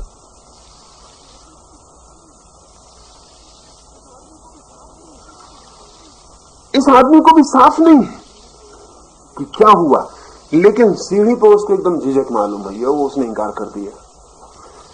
मेहर बाबा एक दफा हिंदुस्तान से यूरोप जाते हैं हवाई जहाज से, और अदन में वापस चढ़ने से इंकार कर देते हैं। उनकी टिकट तो है आगे तक की, अदन पे जहाज रुका है, वो नीचे एयरपोर्ट पे उतरे हैं, और उसके बाद वो एकदम इंकार कर देते हैं कि मैं जहाज पे नहीं चढ़ सकता, और वो जहाज गिर जाता है। जापान में एक घटना घटी पिछले महायुद्ध में। एक अमेरिकी जनरल जा रहा है एक हवाई जहाज से किसी मिलिट्री के काम से किसी दूसरे मिलिट्री के कैंप में।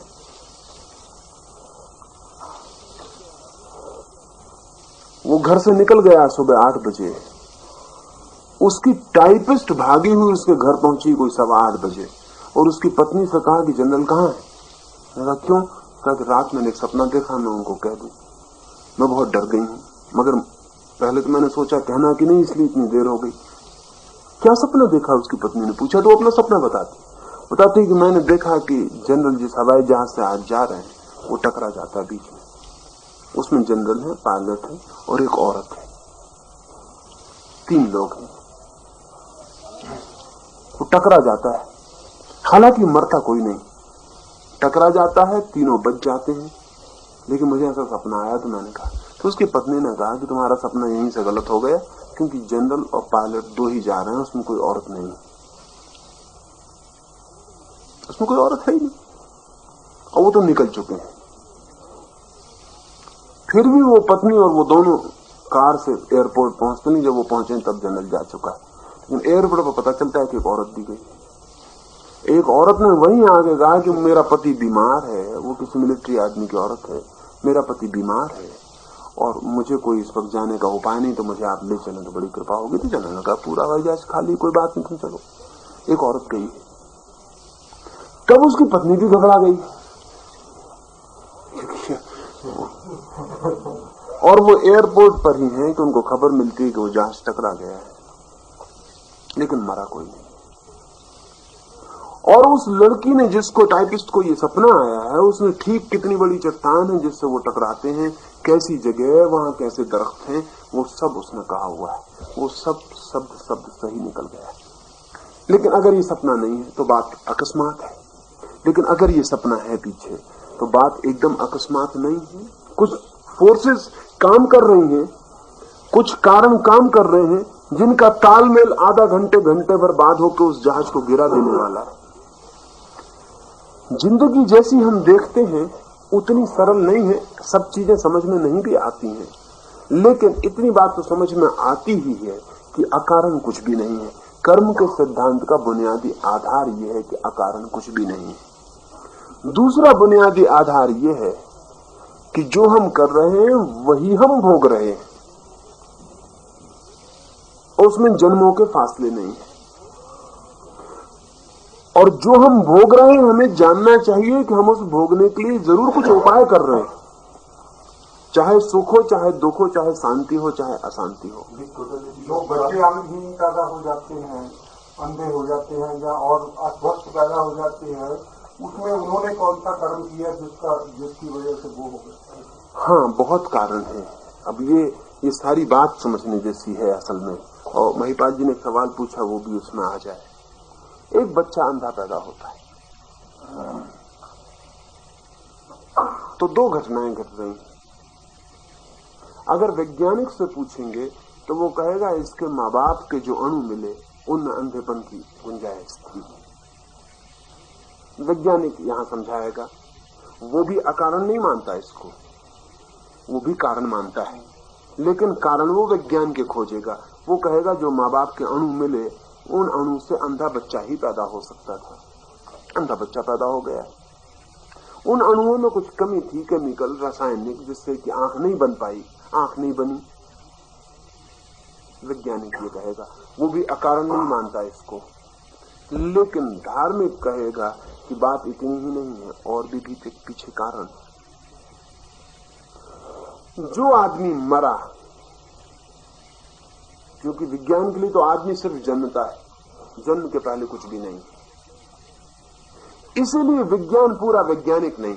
क्योंकि जब विज्ञान कहता है कि अंधे बच्चे के पैदा होने के पीछे कारण है, तो वो अंत में इस बात को इनकार कैसे कर सकता है कि पैदा होने के पीछे भी और कारण, सिर्फ अंधे होने के पीछे नहीं।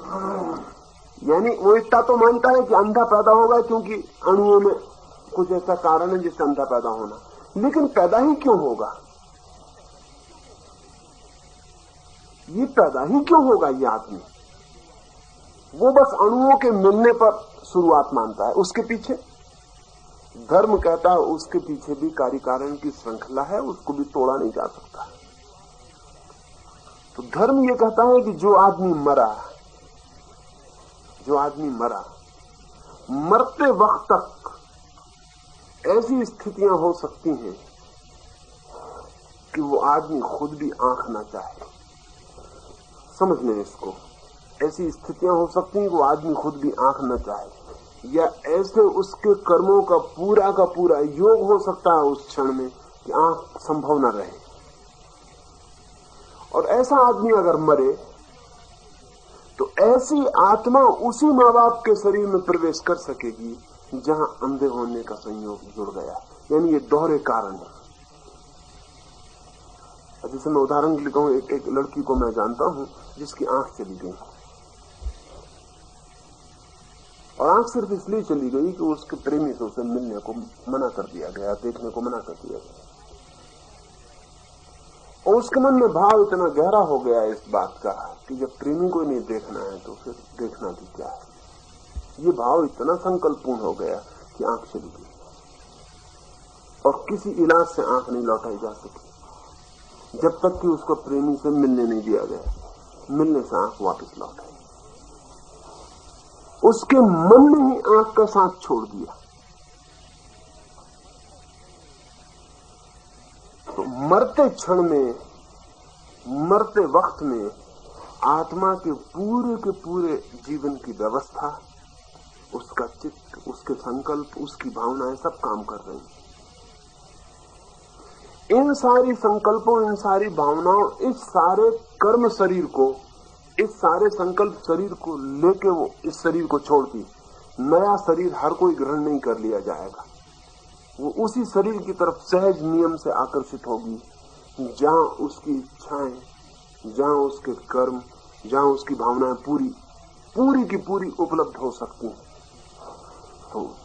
तो दो कारण यहां मिल रहे हैं, यानी दो कॉजल सीरीज यहां क्रॉस हो रही है, एक शरीर के अणुओं की और एक आत्मा की। शरीर के अणुओं से बनेगा शरीर, लेकिन उस शरीर को चुनेगा कौन? यहां हम 50 मकान बनाए, 50 ढंग के मकान बनाए। आप मकान खरीदने आए, आप 50 में से हर कोई मकान नहीं चुन लेते। आप 50 को खोजते हैं, फिर आप एक मकान चुन लेते। वो एक मकान आप चुनते हैं ना, तो आपके भीतर उसके चुनाव के कारण होते हैं। हो सकता है एस्थेटिक आपके ख्याल हो तो बड़ा सुंदर मकान चाहिए, हो सकता है सुविधा के कन्वीनियंस के ख्याल हो तो सुविधापूर्ण मकान चाहिए, बड़ा चाहिए कि छोटा चाहिए कि कैसा चाहिए, वो आपके भीतर है। तो दोहरे काजल है। एक तो इंजीनियर मकान बना रहा है, उसके भी मकान 50 बनाए तो उसके भी कारण है 50 मकान बनाने, वो भी हर कुछ नहीं बना देगा। उसके अपने भीतरी कारण, अपनी दृष्टि है, अपने विचार है, अपनी धारणाएं। फिर आप चुनाव करने आए, 50 में से एक आपने चुना, तो यहाँ दोहरी कारण श्रृंखलाओं का मिलन हुआ। एक इंजीनियर की कारण श्रृंखला, हो सकता है आप 50 में से कोई भी ना चुने, वापस चले जाए कि मुझे कुछ पसंद नहीं पड़ता। और आपकी अपनी श्रृंखला, इन दोनों ने क्रॉस किया और आपने खास मकान चुना। जो शरीर हमने चुना है वो हमने चुना है, वो हमारा चुनाव है, चाहे अचेतन, चाहे हमें ज्ञात ना हो, लेकिन जो शरीर हमने चुना है वो हमने चुना है। निश्चित ही ना, कार्य कारण से अन्यथा कुछ हो ही नहीं सकता। वो हमारा चुनाव है, हमारी चॉइस। एक गांव रहा है, उसमें बच्चे जो है 100 में से 30 साल बाद मर जाते हैं। हाँ, लेकिन ऐसी व्यवस्था है कि 100 में 100 जिंदा रखे जाएंगे और नस्ल सुधारी जा सकती। हाँ ना, बिल्कुल सुधारी जा सकती, बिल्कुल सुधारी जा सकती। तो फिर वे बच्चे पैदा नहीं होंगे उस गांव में जो 2 साल में मरने। मेरा मतलब समझ लें आप, एक गांव उसमें अभी हर 10 में से 8 बच्चे मर जाते हैं, तो इस गांव में वे ही बच्चे आकर्षित होते हैं जिनकी 2 साल से ज्यादा जीने की संभावना नहीं। अगर इस गांव की नस्ल सुधार दी जाए तो इसका मतलब हुआ कि इंजीनियर ने दूसरे मकान बनाए। अब इसमें वे यात्री आकर्षित होंगे जो कि कभी आकर्षित नहीं हुए थे। आप मेरा मतलब समझ रहे ना, इस गांव में अब वे बच्चे पैदा होंगे जो बच्चे 100 साल जिंदा रहने के लिए आए हुए, वे पहले भी पैदा होते कहीं। लेकिन ये सब गांव में ऐसा किया जा सकता है, सब गांव में किया जा सकता है, तो प्लेनेट्स बदल जाएंगे, इससे कोई फर्क नहीं पड़ता। यानी एक गांव बदलता दूसरा गांव, ये सवाल नहीं। अगर पूरी पृथ्वी पर हम 100 साल की उम्र तय कर लें तो इस पृथ्वी पर 100 साल से कम पैदा होने वालों का उपाय बंद हो जाएगा, उनको दूसरे प्लेनेट चुनने पड़ेंगे। तो फिर दूसरे जन्म का कर्म गया मेरा मतलब नहीं समझे। दूसरे जन्म तक तुम जाओगे और तुमने जो किया है, तुमने जो भोगा है, उसी से तुम निर्मित हुए हो। इसको भी समझ लेना ठीक जरूरी है। समझ लो, मैंने पानी बहाया, इस कमरे में एक गिलास पानी लुढ़का दिया, पानी बहा, उसने एक रास्ता बनाया, दरवाजे से निकल गया, फिर पानी बिल्कुल चला गया, धूप आई, सब सूख गया, सिर्फ एक सूखी रेखा रह गई, पानी नहीं है बिल्कुल अब। लेकिन पानी जिस मार्ग से गया था वो मार्ग रह गया। आपने दूसरा पानी उल्टाया। अब इस दूसरे पानी की 1000 संभावनाओं में 999 संभावना ये है कि वो उसी मार्ग को पकड़ ले, क्योंकि वो लीस्ट रेसिस्टेंस का है, उसमें झगड़ा ज्यादा नहीं है। दूसरा मार्ग बनाना पड़ेगा, फिर धूल हटानी पड़ेगी, कचरा हटाना पड़ेगा, तब पानी मार्ग बना पाएगा। बना हुआ मार्ग है, ये पानी उस मार्ग को पकड़ लेगा और उसी से फिर बह जाएगा। पुराना पानी नहीं था, सिर्फ सूखी रेखा रह गई थी। तो मेरा कहना है कि एक जन्म से दूसरे जन्मों में कर्म के फल नहीं जाते, लेकिन कर्म और फल जो हमने किए और भोगे, उनकी एक सूखी रेखा हमारे साथ रह जाती। उसको मैं संस्कार कहता हूँ। कर्म फल नहीं जाते। मैंने पिछले जन्म में गाली दी थी तो फल वहीं भोग लिया है, लेकिन गाली मैंने दी थी और तुमने नहीं दी थी गाली, तो मैंने गाली का फल भी भोगा, तुमने वो फल भी नहीं भोगा। तो मैं एक और तरह का व्यक्ति हूँ। मेरे पास एक सूखी रेखा गाली देने और गाली का फल भोगने की, वो सूखी रेखा मेरे साथ है। इस जन्म में मेरे साथ संभावना है कि कोई गाली दे तो मैं फिर गाली दूं, क्योंकि वो सूखी रेखा जो है लीस्ट रेसिस्टेंस की वजह से फौरन मैं पकड़ लूंगा। कल रात हम दोनों सोए, हम सब लोग सो जाएं। आप अलग ढंग से जिए दिन में, मैं अलग ढंग से जिया। जो मैंने जिया वो गया, लेकिन मैं जिया था ना उसे, तो सूखी रेखाएं मेरे साथ रह गई। के बाद से कोई जीवन के अभाव जन्मता है, कोई गरीब के अभाव जन्मता है। हाँ ना, बिल्कुल जन्म सकता है, बिल्कुल जन्म सकता है। वो भी हमारी सूखी रेखाएं ही काम कर रही हैं, वो भी हमारी सूखी रेखाएं ही काम कर रही हैं। हमारा जो चित्त है, हमारे चित्त के जो आकर्षण है, हमने जो किया और भोगा, उसने हमें एक खास कंडीशनिंग दी, एक खास संस्कार बद्धता दी। वो खास संस्कार बद्धता हमें खास मार्गों पर प्रवाहित करती।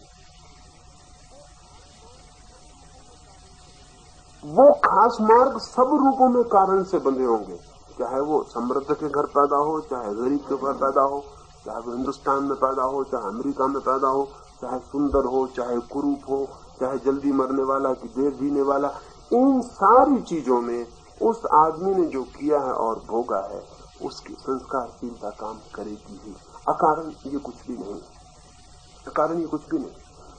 कोई मुझसे कहता है कि जिससे कल समाजवाद आ जाएगा, काज इफेक्ट तो खत्म हो गए। जैसे आपने आग में हाथ डाला, आपका आग हाथ से बाहर निकाल लिया तो डालना खत्म हो गया, आपका हाथ जला वो भी खत्म हो गया, हाथ की जलन भी खत्म हो गई, लेकिन जला हुआ हाथ पास रह गया। जला हुआ हाथ, आग नहीं, डालना नहीं, जला हुआ हाथ। मेरा बात समझे ना? फल नहीं चलने वाला है, फल तो खत्म हो गया। आग जलने के कारण निशान है। ये जो निशान है ना, ये जो निशान है, ये ना तो जलन है ना आग है। फल तो जलने का है। फल तो जलन था, वो तुमने भोग लिया। अब हाथ तुम्हारा जल नहीं रहा। ये भी एक प्रकार का फल ही है, हाथ आपका। इसको मैं कह रहा हूं, ये सूखी रेखा है, सिर्फ चिन्ह रह गया कि तुम्हारा हाथ जला था। तुम आग में, फल तो उसी का है। नहीं, तुम फल का मतलब ही नहीं समझते ना। फल का मतलब ये होता है, फल का मतलब है जलन। ये तो इसको कॉज तो था आपका हाथ डालना, इफेक्ट था आपके हाथ का जलना, लेकिन ये घटना घटी तो इस घटना के सूखे संस्कार पीछे रह जाएंगे, क्योंकि ये घटना आपको घटी और आपको नहीं घटी, तो आपका हाथ जला हुआ नहीं है। ये सिर्फ खबर है इस बात की कि इस आदमी ने हाथ डाला था, इस बात की पर खबर। इसको मैं कंडीशनिंग कहता हूं, इसको संस्कार कहता हूं, फल नहीं कहता। फल तो जलन थी जो भोग लिया तुमने। तो हम प्रत्येक व्यक्ति अपने अपने फलों की भोगने की खबरें भर लिए हुए हैं अपने साथ, और वो खबरें भी हमें प्रभावित करती हैं इस अर्थों में कि वो हमें लीस्ट रेसिस्टेंस के मार्ग सुझाती हैं। जिस आदमी ने पिछले 10 जन्मों में हत्या की है बार बार, उसकी बहुत संभावना इस जन्म में भी हत्या करने की है। उसका कारण यह है कि 10 जन्मों से हत्या करने की उसकी जो वृत्ति है, जो भाव है, जो संस्कार है, वो निरंतर गहरा होता चला गया है। और उसको सरल यही दिखाई पड़ता, अगर किसी से झगड़ा हो तो पहली बात यही सोचती कि मार डालो, पहली दूसरी बात नहीं सोचती उसको। ये निकटतम का रास्ता है जिस पर सूखी रेखा बनी पानी पकड़ के बह जाता है। टेंडेंसी है, उसकी वृत्ति। और इसमें फर्क क्यों कर रहा हूं मैं? फर्क बहुत गहरा है, क्योंकि वृत्ति सिर्फ सूखी है, उसमें कोई प्राण नहीं। अगर आप बदलना चाहें तो इसी वक्त बदल सकते हैं, लेकिन अगर आप कहते हैं फल, तो फल सूखा नहीं, फल हरा है, फल भोगना पड़ेगा, उसको आप बदल नहीं सकते। जैसे आग में हाथ डाला है तो और अगर अगले जन्म में जलना है तो जलना पड़ेगा, क्योंकि हाथ डालना तो हो चुका, आधा काम पूरा हो चुका, अब आधा काम पूरा करना पड़ेगा। लेकिन मेरा कहना यह कि आग में हाथ डाला है तो ये आदमी आग में हाथ डालने की वृत्ति वाला है। इस जन्म में भी इससे डर है कि आग में हाथ डाल न दे, क्योंकि इसकी आदत, इसके बार बार आग में हाथ डालने की व्यवस्था भय पैदा करती। लेकिन इसका मतलब ये नहीं कि ये आग में हाथ डालने को बंधा है, ये चाहे तो न डाले। मेरा फर्क में रहना, इसका मतलब ये होता है अंततः कि कर्मों की निर्जरा नहीं करनी है आपको। कर्मों की निर्जरा प्रति कर्म के साथ होती ही चली जाती, सिर्फ सूखी रेखा रह जाती है। इस सूखी रेखा से आपका जाग जाना ही काफी है। इसलिए मोक्ष या निर्वाण सडन, तत्काल हो सकता है। पुरानी जो हमारी धारणा है उसमें सडन नहीं हो सकता, क्योंकि आपको जितने कर्म किए हैं उनके फल आपको भोगने ही पड़ेंगे। अभी जब आप सारे फल भोग लेंगे तब आपकी मुक्ति हो सकती एक। और इन फल भोगने में अगर आपने फिर कुछ कर्म कर लिए तो फिर बंद हो जाएगा, और ये अंतहीन श्रृंखला होगी। यानी मैं ये कह रहा हूं कि आप प्रति बार कर्म करके फल भोग लेते हैं, निर्जरा तो वही हो जाती है, रह जाती सिर्फ वृत्ति कर्म करने की, कर्म नहीं, फल नहीं, सिर्फ टेंडेंसी। और टेंडेंसी अगर आप होश से भर जाते हैं तो अभी विदा हो जाती, इसी वक्त विदा हो जाती। उसका कोई, उसको विदा करने में कोई उसका विरोध नहीं है। उस थैली की जरूरत क्या है? सूखी रेखा की थैली की जरूरत क्या है? उसकी जरूरत है, उसकी नियंत्रण की जरूरत नहीं, जैसे महावीर के बारे में था। हाँ हाँ, सूखी रेखा की थैली की जरूरत क्या है? थ्योरी की जरूरत नहीं है, तथ्य है ये। जैसे समझ ले कि आज दिन भर मैंने क्रोध किया, तो जब जब मैंने क्रोध किया मैंने दुख भोगा, गाली खाई, झगड़ा हुआ, उपद्रव हुआ, अशांत हुआ, फिर मैं सो गया आज रात। आपने दिन भर क्रोध नहीं किया, आप दिन भर प्रेम से लोगों से मिले जुले, आनंदित रहे, आप भी सो गए। सुबह हम दोनों एक ही कमरे में सो के उठे। मेरी चप्पल कमरे में मेरे बिस्तर के पास नहीं मिली मुझे, आपकी भी नहीं मिली। आपकी संभावना बहुत कम है कि आप एकदम क्रोध में आ जाएं, मेरी संभावना बहुत ज्यादा है कि मैं एकदम क्रोध में आ जाऊं। वो जो कल का दिन है उसकी सूखी रेखा मेरे साथ है, मेरा टाइप बन गया ना। दिन भर जो आदमी क्रोध किया वो कहां है मेरी चप्पल, वो सुबह से उपद्रव शुरू हो गया उसका। फिर मेरा मतलब सुने ना, वो कर्म वर्म तो गए, कल जो मैंने गाली दी थी वो भी गई, जो गाली का दुख था वो भी गया, लेकिन गाली देने वाला आदमी में, जिसने दिन भर गाली दी, वो तो शेष हूं। और मुझ में और आप में कोई भेद होना चाहिए ना, क्योंकि आपने दिन भर गाली नहीं दी और मैंने दिन भर गाली दी। और सुबह अगर ऐसा हो जाए कि कोई भेद ना रहे, तब तो फिर व्यवस्था गई। मेरा मतलब आप समझे ना, भेद तो रहेगा ही मुझ में और आप में, क्योंकि हम दोनों अलग ढंग से जिए। मैं क्रोध में जिए, आप प्रेम में जिए, हमें भेद तो रहेगा। वो भेद टेंडेंसी का होगा,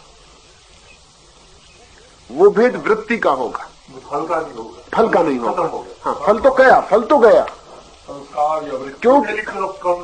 हाँ, टोटल कंडीशनिंग हमारे साथ रह जाएगी। और ये जो समग्र संस्कार है हमारा, इस समग्र संस्कार के प्रति हमारी मूर्छा ही कारण होगी इसको चलाने का। समझ लें कि कल मैंने क्रोध किया दिन भर, और सुबह मैं सोचूं कि बहुत क्रोध किया, बहुत दुख पाया, और जाग जाऊं, तो जरूरी नहीं है कि चप्पल पे मैं क्रोध, यानी मेरे भीतर क्रोध करने की अनिवार्यता नहीं, सिर्फ मूर्छा ही अनिवार्यता होगी। अगर मैं सोए सोए फिर कल जैसे व्यवहार करूं तो क्रोध चलेगा, और अगर जाग जाऊं तो क्रोध टूट जाएगा। इसलिए अंततः मेरी दृष्टि में कर्म की निर्जरा तो हो गई है सदा, लेकिन कर्म की सूखी रेखा रह गई है, और वो सूखी रेखा हमारी मूर्छा है। अगर हम मूर्छित रहे तो हम वैसे ही काम करेंगे। अगर हम जाग जाएं तो काम इसी वक्त बंद हो जाए। इसलिए मैं कहता हूं एक क्षण में मुक्ति हो सकती है। आप करोड़ करोड़ जन्मों में क्या किए हैं इससे कुछ लेना देना नहीं रह गया है। सिर्फ आप जाग जाएं, इससे ज्यादा कोई शर्त नहीं है। मेरा फर्ज में ना क्यों मैं ऐसी व्याख्या कर रहा हूं, उसका बुनियादी अंतर पड़ेगा। वो जो व्याख्या है आपकी, उसका तो मतलब ये कि अगर करोड़ जन्म आपने फल कर्म किए हैं तो आपको फल भोगने के लिए शेष है अभी। वो जब तक आप नहीं भोग लेते तब तक कोई उपाय नहीं, और उनको भोगने में काल व्यतीत होगा, भोगने में काल व्यतीत होगा। भोगने में भी नए कर्म होंगे, क्योंकि आप बचेंगे कैसे? अगर पुरानी व्याख्या सही तो मैं मानता हूं कोई कभी मुक्त हो ही नहीं सकता। उसका कारण है कि कल मैंने कितने पाप किए, कितने बुराइयां की, वो सब इकट्ठी, उनका फल भोगना है। और फल में बिल्कुल कैसे भोगूंगा? जब मुझे कोई गाली देने आएगा क्योंकि मैंने पिछले जन्म में उसे गाली दी थी, तो कोई मुझे गाली देने आएगा तो फिर कर्म शुरू होगा ना, वो फिर मुझे गाली देगा। और जब मैंने पिछले जन्म में गाली दी थी तो गाली देने की मेरी टेंडेंसी तो है ही, और जब वो मुझे फिर गाली देगा, फिर गाली का सिलसिला। मैं कुछ तो करूंगा और सिलसिला जारी रहेगा। और सिलसिले का अंत क्या है? क्योंकि अगर एक कर्म भी शेष रह गया है तो उसको भोगने में फिर नए कर्म निर्मित हो जाएंगे, और नए कर्म निर्मित होते चले जाएंगे। और एक भी अगर कभी शेष है तो ये निर्मिति बंद कैसे होगी? तो मेरा मानना यह है कि अगर वो बात सही है तो दुनिया में कोई कभी मुक्त हुआ ही, लेकिन दुनिया में मुक्त लोग हुए हैं, और वो इसीलिए मुक्त हो सके हैं कि कर्म आगे के लिए शेष नहीं रह जाते, कर्म तो पीछे ही चुकतारा हो जाता है, सिर्फ रह जाती है सोई हुई वृत्ति। और अगर आदमी सोया ही रहे तो उन्हीं कर्मों को दोहराता चला जाता है। जाग जाए तो उन दोहराना बंद कर देता है। यानी मुझे कोई मजबूर नहीं कर रहा है कि मैं क्रोध करूं, सिवाय मेरी मूर्छा के। और अगर मैं जाग गया हूं तो मैं कहता हूं ठीक है, इस रास्ते से बहुत बार जा चुके, बहुत दुख उठा चुके। इसलिए महावीर ने बड़ी कोशिश की प्रत्येक व्यक्ति को पिछले जन्मों के संबंध में स्मरण दिलाने की। उस स्मरण दिलाने का सिर्फ एक प्रयोजन है कि ये पता चल जाए कि तुम क्या क्या कर चुके हो, क्या क्या भोग चुके हो, गुजर चुके हो। अब इन्हीं पे गुजरते रहोगे। उसका सिर्फ एक प्रयोजन है कि अगर स्मरण आ जाए किसी व्यक्ति को उसके 2-4 जन्मों का, तो उसने बहुत बार धन कमाया, धन कमाने में बहुत बार बेईमानी की, बहुत बार प्रेम किया, बहुत बार क्रोध किया, बहुत बार यश कमाया, बहुत बार अपमान सहा, मान सहा, सब कर चुका है वो, जो अब फिर कर रहा है। और अगर उसको ये दिखाई पड़ जाए कि ये मैं बहुत बार कर चुका, तो ये मीनिंगलेस हो गया, अब इसको फिर दोबारा किस लिए कर रहा हूं। और ये चोट अगर उसको पड़ जाए तो वो अभी जाग जाएगा और कहेगा बहुत कर चुका ये, अब इसके करने का क्या मतलब, कितनी बार धन कमाया, फिर हुआ क्या। तो ये जागरण उसके का कारण जाए। इसलिए सडन एनलाइटनमेंट की संभावना है। सच तो यह है कि जब भी कभी मुक्ति होती है वो सडन। इसी को कही जाती है। हाँ, कह सकते हैं। According to that will power of sankalpa, different type is developed. हाँ, due to that संस्कार, बिल्कुल, not that follow of ना, that is God. हाँ, बिल्कुल ही चला। अन्याय कुछ भी नहीं, अन्याय कुछ भी नहीं। तब अन्याय इसलिए कुछ भी नहीं है कि जो हम कर रहे हैं वो हम भोग रहे हैं, उससे अन्यथा नहीं होनी जरूरी। पुराना ख्याल क्या था? पुराना ख्याल ये था कि मैं अगर महिपाल जी को चांटा मारूं तो किसी जन्म में वो मुझे चांटा मारेंगे। कर्म फल का ऐसा ख्याल है। इसका तो मतलब ये हुआ कि अगर मैंने महावीर को चांटा मार दिया तो जब तक वो मुझे चांटा न मार लें वो भी मुक्त नहीं हो सकते। यानी मेरा कृत्य भी उनकी अमुक्ति बन जाएगा। समझ लीजिए कि महावीर महिपाल जी को चांटा मारा और वो इसी जन्म में मुक्त हो सकते नहीं हो सकते, अगले जन्म में जब तक मुझे चांटा ना मार ले, क्योंकि मुझे चांटा कौन मारेगा, वो हिसाब कैसे पूरा होगा, अगला जन्म लेना पड़ेगा, उनको मेरे पीछे लेना पड़े, जो कि बिल्कुल ही व्यर्थ बात है। नहीं, मेरा कहना यह है कि मैं जब उनको चांटा मारता हूं तो जिस व्रत से मैं गुजरता हूं वो मुझे दुख दे जाती, उनसे कुछ चांटा वाटा लौटने का सवाल नहीं। उनसे कुछ चांटा, हाँ मैंने उन्हें चांटा मारा, अगर चांटे को वो साक्षी भाव से देखते रहे तो वे नया कर्म नहीं बांधते हैं, क्योंकि वो सिर्फ साक्षी रहते हैं। मैंने चांटा मारा और उन्होंने देखा, वो कुछ भी नहीं कर रहे हैं। मतलब अगर वो मेरे चांटा मारने से मुझे चांटा मारे तो वो मेरे चांटे का फल नहीं है, वो उनका कर्म है जिसका फल उनको भोगना पड़ेगा। इस बात को ठीक से समझ लेना चाहिए। मैंने चांटा मारा है उनको, और अगर वो चुपचाप देखते रहे और समझें कि ये बेचारा पागल है, चांटा मारता है, और कुछ न करें, समझें अपने रास्ते बढ़ जाए। मैंने कर्म किया और उसका फल भोगा। वे मेरे इस कर्म बंध की श्रृंखला से उन्होंने कोई संबंध नहीं जोड़ा। लेकिन अगर वो मुझे चांटा मारे, उत्तर दें, तो वो मेरे चांटे का उत्तर नहीं है।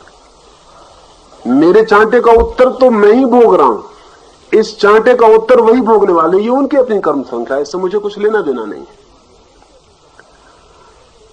और अन्याय कुछ भी नहीं है, अन्याय कुछ भी नहीं है। अन्याय इसलिए कुछ भी नहीं है कि मैं चांटा मारता हूं तो मैं दुख भोग लेता हूं। है कि चांटा मारने से दुख होगा, लेकिन ऐसी वृत्ति होती कि मैं चांटा भी मारूं और आनंद भी लूं। समझे थोड़ा, हाँ इसे थोड़ा, मुझे कोई दुख नहीं है। हाँ इसकी भी बात कर लेंगे, इसकी बात करेंगे। मैंने चांटा मारा किसी को तो मैंने कर्म किया, उसका मैंने समझ ली दुख भोगा, फल भोगा। लेकिन जिसको मैंने चांटा मारा उसके साथ तो अन्याय हो गया, और मैं कहता हूं अन्याय कुछ भी नहीं। अब मेरा कहना यह है कि मेरा चांटा मारना आधा हिस्सा है, और चांटा भी मैं उसी को मारता हूं जो चांटे को आकर्षित करता है। वो दूसरा हिस्सा जो हमें दिखाई नहीं पड़ता, वो हमें दिखाई नहीं पड़ता, ये असंभव है। तो जो चांटे को आकर्षित करता है उसी को चांटा पड़ता है, और आकर्षित करने की वजह से जितना दुख उसे उठाना वो उठाता है, वो उसका आकर्षण, उसका हिस्सा है। यानी कोई आदमी इस दुनिया में अकेला मालिक नहीं होता, गुलाम भी उसके साथ गुलाम होना चाहता है, नहीं तो ये संबंध बन ही नहीं सकता। तो हम तो मालिक को थोप देते हैं कि तुमने क्यों गुलाम बनाया इस आदमी को, लेकिन हम कभी नहीं पूछते कि यह आदमी गुलाम बनना चाहता था। अगर ये नहीं बनना चाहता था तो असंभव था इसे गुलाम बनाना, इसे गुलाम बनाना ही असंभव था। एक फकीर हुआ है डायोजनीस, उसको कुछ लोगों ने पकड़ लिया, रास्ते से गुजरता था, नंगा फकीर था, उसे कुछ लोगों ने पकड़ लिया, पकड़ के और बेचते हैं बाजारों में। डायोजनीस ने कहा बहुत बढ़िया, चलो चलते हैं। पर वो लोग बड़े हैरान हुए, क्योंकि कोई आदमी को पकड़ो गुलामी के लिए तो वो भागता है, बचना चाहता है। डायोजनीस का हाथ छोड़ दो, क्योंकि मैं खुद ही चलता हूं। क्योंकि जो तुम्हारे साथ नहीं जाना चाहता उसे तुम जंजीर बांध के भी नहीं ले जा सकते। मैं तो चलता ही हूं, जंजीर वंजीर अलग कर लो। वो उसे ले गए, वो उनके साथ ही चला गया, क्योंकि डायोजनीस ये कहता था जो हो जाए मैं उसी के साथ चला जाता हूं, यानी मैं इसमें कोई बाधा डालती नहीं, मैं इसमें कोई बाधा डालते ही नहीं। उसे जाके खड़ा कर दिया। वो बहुत तगड़ा फकीर था, बहुत स्वस्थ आदमी था, वो ठीक महावीर जैसा आदमी था। और बेचने वाले ने चिल्लाया कि कौन इस गुलाम को खरीदता। उसने कहा चुप, ये मत करना, आवाज में ही लगा देता हूं कि कोई एक मालिक को खरीदने को हो तो आ जाए। उस आदमी ने कहा उस चक्की पर खड़े होके कि अगर किसी को किसी मालिक को खरीदना हो तो आ जाए। तो लोग बड़े चौंके, भीड़ लग गई, और लोगों ने कहा क्या मजाक की बात है। तो डायोजनीस ने कहा कि मैं तो हर हालत में मालिक ही रहूंगा, ये लोग मुझे पकड़ के बुलाया, मैंने कहा बंद करो, हटाओ ये जंजीरें। इन लोगों ने जल्दी से हटा ली, क्योंकि मैंने कहा मैं ऐसे ही चलता हूँ, क्या है जंजीरें रखने की बात, मैं तो मालिक हूँ, इनसे पूछो इनको मैंने कितना डांट डपटता ला रहा हूँ, ये जो मुझे पकड़ के लाए, इनका कितना सुधार किया, इनको कितना ठीक किया मैंने। क्योंकि जो गुलाम होना चाहे वही गुलाम हो सकता है, हम तो मालिक ही हैं। तो किसी को मालिक खरीदना हो तो खरीद लो। तो एक राजा को क्रोध आ गया, उसने कहा कि ये क्या बात करता है। तो उसने उसे खरीद लिया, उसे घर ले जाके कहा कि इसकी टांग तोड़ डालो, इसकी टांग तोड़ डालो। तो डायोजनीस ने टांग आगे कर दी, उसने टांग आगे कर दी। राजा ने कहा तुड़वा रहे हैं टांग। उसने कहा तुम क्या तुड़वा रहे हो, हम खुद ही आगे कर रहे हैं, हम मालिक हैं। तुड़वाओगे तुम तब जब हम बचाएं। तोड़ो, लेकिन ध्यान दूंगा क्या रहूं, तुम्हारी मर्जी, ये टांग रही। राजा को भी ख्याल आया कि बात तो सच है, इसकी टांग तोड़वा दी तो ये और बोझ। उसने कहा कि मैं तो मालिक हूं और मालिक हो जाऊंगा, क्योंकि टांग टूटने से फिर मैं बैठे रहूंगा। उस राजा ने कहा रहने दो, इस आदमी की टांग मत तोड़ो। उसने कहा देखते हो तुम मालकियत किसकी चली, मालकियत किसकी चल रही। ये मैं कह रहा हूं कि जब एक आदमी गुलाम होता है तब किसी न किसी रूप में पैसिवली वो गुलामी को आमंत्रित करता है। जब एक मालिक होने की प्रवृत्ति वाला आदमी और गुलाम होने की प्रवृत्ति वाले आदमी मिल जाते हैं तो तालमेल बैठ जाता है, गुलाम बन जाता है, एक मालिक हो जाता है। इसे ऐसा समझना चाहिए कि जैसे हम तिलक लगाते हैं ना, तो छेद में खा जाते हैं तो बैठ हो जाती, नहीं तो नहीं होती। जब मैं किसी को चांटा मारता हूं तो इतनी काफी नहीं कि मैंने चांटा मारा, वो आदमी किसी न किसी पैसिव ढंग से छेद का काम कर रहा है, चांटे को निमंत्रित कर रहा है, नहीं तो ये असंभव है। इसलिए मैं कहता हूं अन्याय असंभव है, लेकिन इसका यह मतलब नहीं जो तुम दूसरी बात करती हो तो फिर हमें अन्याय मिटाने की कोशिश नहीं करनी चाहिए। नहीं, वो कोशिश हमें करनी चाहिए। क्यों? उसका कारण है, हमें एक ऐसी दुनिया बनानी चाहिए जहां न कोई चांटे को आकर्षित करता हो, न कोई चांटा मारने को सुख होता हो।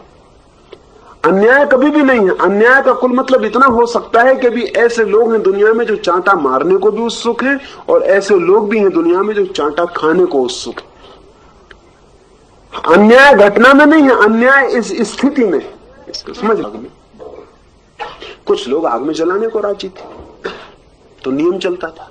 अन्याय कुछ भी न था, जो स्त्रियां जलने को राजी उस दिन भी नहीं जलाई गई, और जो स्त्रियां जलने को आज भी राजी, सती की व्यवस्था नहीं, लेकिन वो स्टोव से आग लगा लेती हैं, जहर डाल लेती हैं, कुछ भी करती हैं।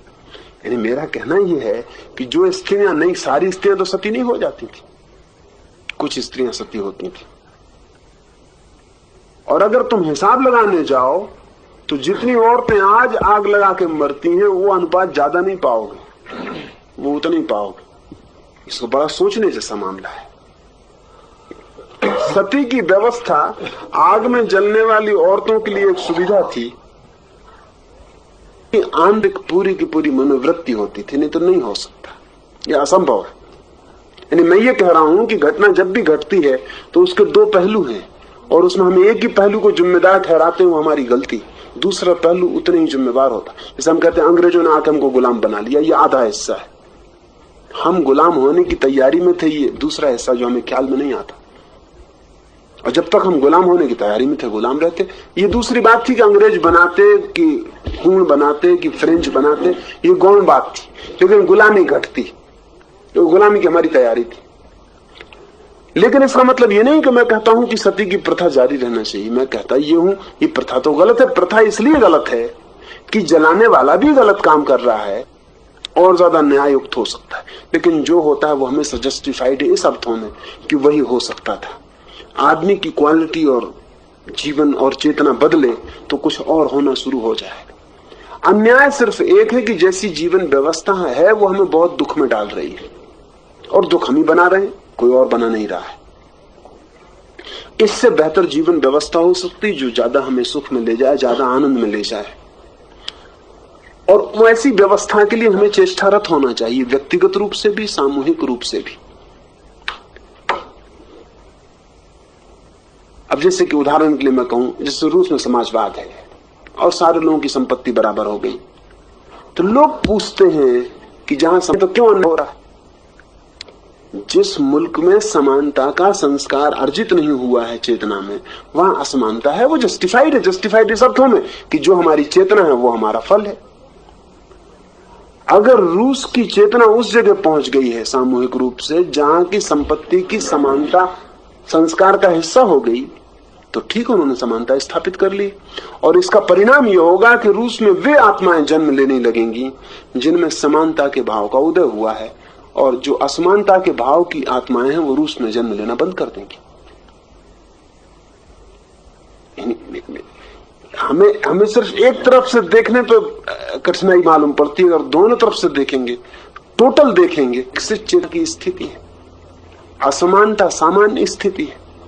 आप दूसरे के साथ अपने को समान मानने के लिए तैयार होना भी बड़ी उपलब्धि कि दूसरा मेरे समान है। चित्त तो यही कहता है, ये हो कैसे सकता है कि दूसरा मेरे समान है। असमानता सहज वृत्ति है, विषमता पैदा करना इसलिए सामान्य रहा। समानता पैदा करने वाली चेतनाएं पैदा हुई, महावीर उन चेतनाओं में से एक है, लेकिन ये व्यक्तिगत थी। अब धीरे धीरे उसकी सघनता बढ़ी है और सघनता उस जगह पहुंच गई है कि अब समान करने वाली चेतनाओं का भी एक बड़ा अंश पृथ्वी पर है। जिस दिन असमान वृत्त 10,000 हुए, पृथ्वी को बने 2 अरब वर्ष हुए, और पृथ्वी बड़ी नई सी चीज है, कोई बहुत पुरानी चीज नहीं। तारे हैं जिनका कि कोई हिसाब लगाना मुश्किल है कितने पुराने, और जहां अंतहीन समय की धारा है वहां 10-5 हजार वर्ष का क्या मतलब होता है? कोई मतलब नहीं होता। मनुष्य अभी भी बिल्कुल ही बालपन में है। एवोल्यूशन की जो व्यवस्था उसमें भी हम बिल्कुल बच्चों की तरह हैं।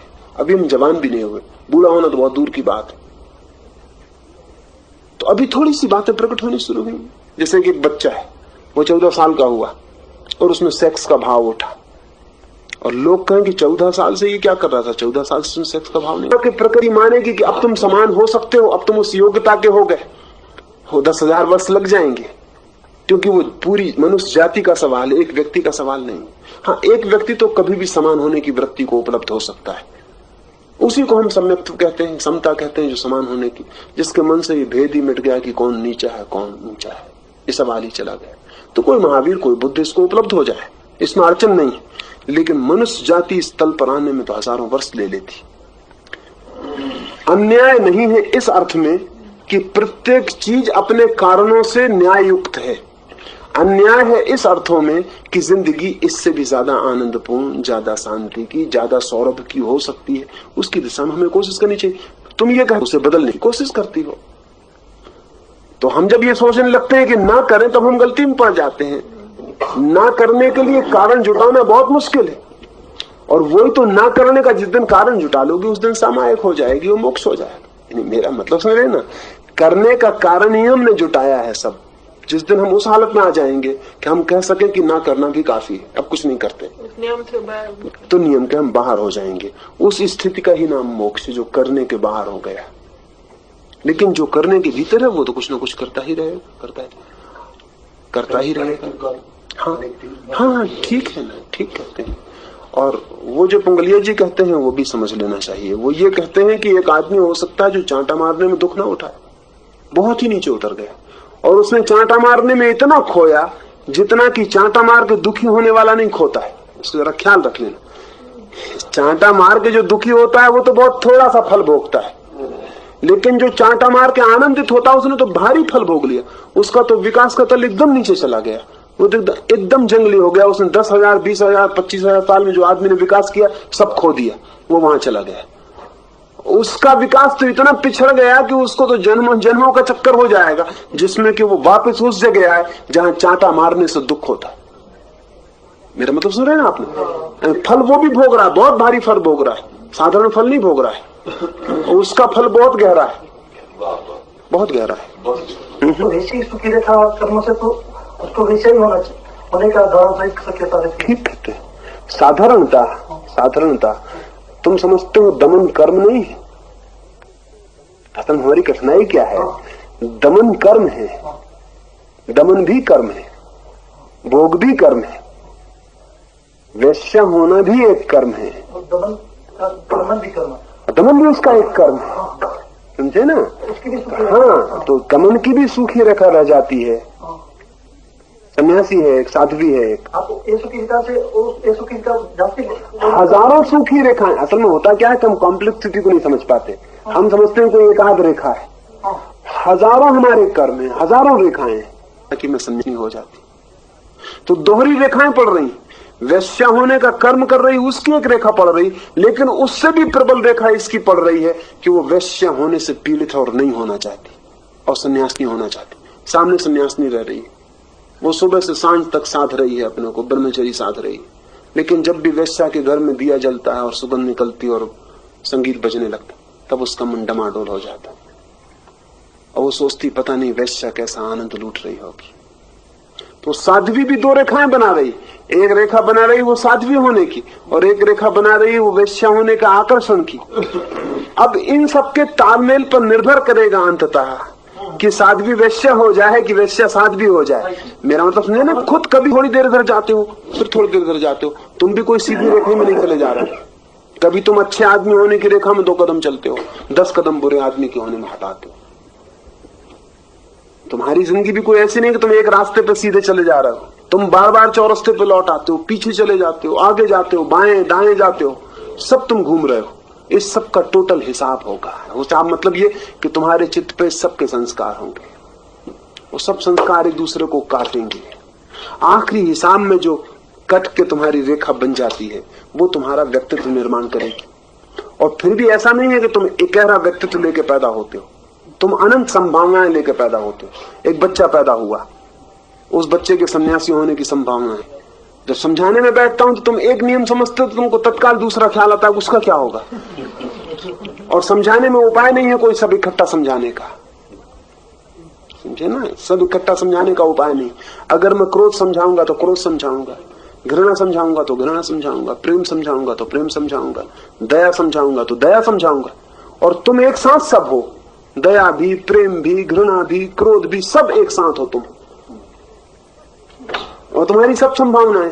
कोई तुम्हें अभी प्रेम से बात करेगा तो तुम एकदम प्रेमपूर्ण हो जाओगे, और कोई आदमी छुरी दिखाएगा तुम क्रोधपूर्ण हो जाओगे, तुम सब हो। तो व्यक्ति तो है मल्टी काजल, अनंत कारण से भरा हुआ। और जब समझाने हम बैठते हैं तो एक ही कारण को चुनना पड़ता है। तो व्यक्ति में सब रेखाएं अलग अलग नहीं, सब इकट्ठी जुड़ी खड़ी, सब इकट्ठी जुड़ी खड़ी। आपको तो बलवान रेखा है, उससे शरीर डाउन कर लेगा। हाँ हाँ, जो कमजोर रेखा है उसकी छाया उसमें साथ आएगी, बिल्कुल साथ होगी, बिल्कुल साथ होगी, बिल्कुल साथ होगी, सब साथ होगा। उसमें मच्छर है, चींटियां हैं, मक्खियां हैं। तो एक मन होता है कि ये फ्लिट लगा दो, एक मन आता है उसको अगर फ्लिट नहीं लगाओ तो उसमें मन की स्थिति बड़ी डामाडोल हो जाती है। तो उसमें क्या उचित है? उचित तो वही जो आप कर सकोगे करोगे, समझे आप, जो आप कर सकोगे वही करोगे। और उचित मान के अगर चले तो आप मुश्किल में पड़ जाओगे। अगर मैंने कह दिया कि फिलेट लगे आप कहते कि नहीं लगे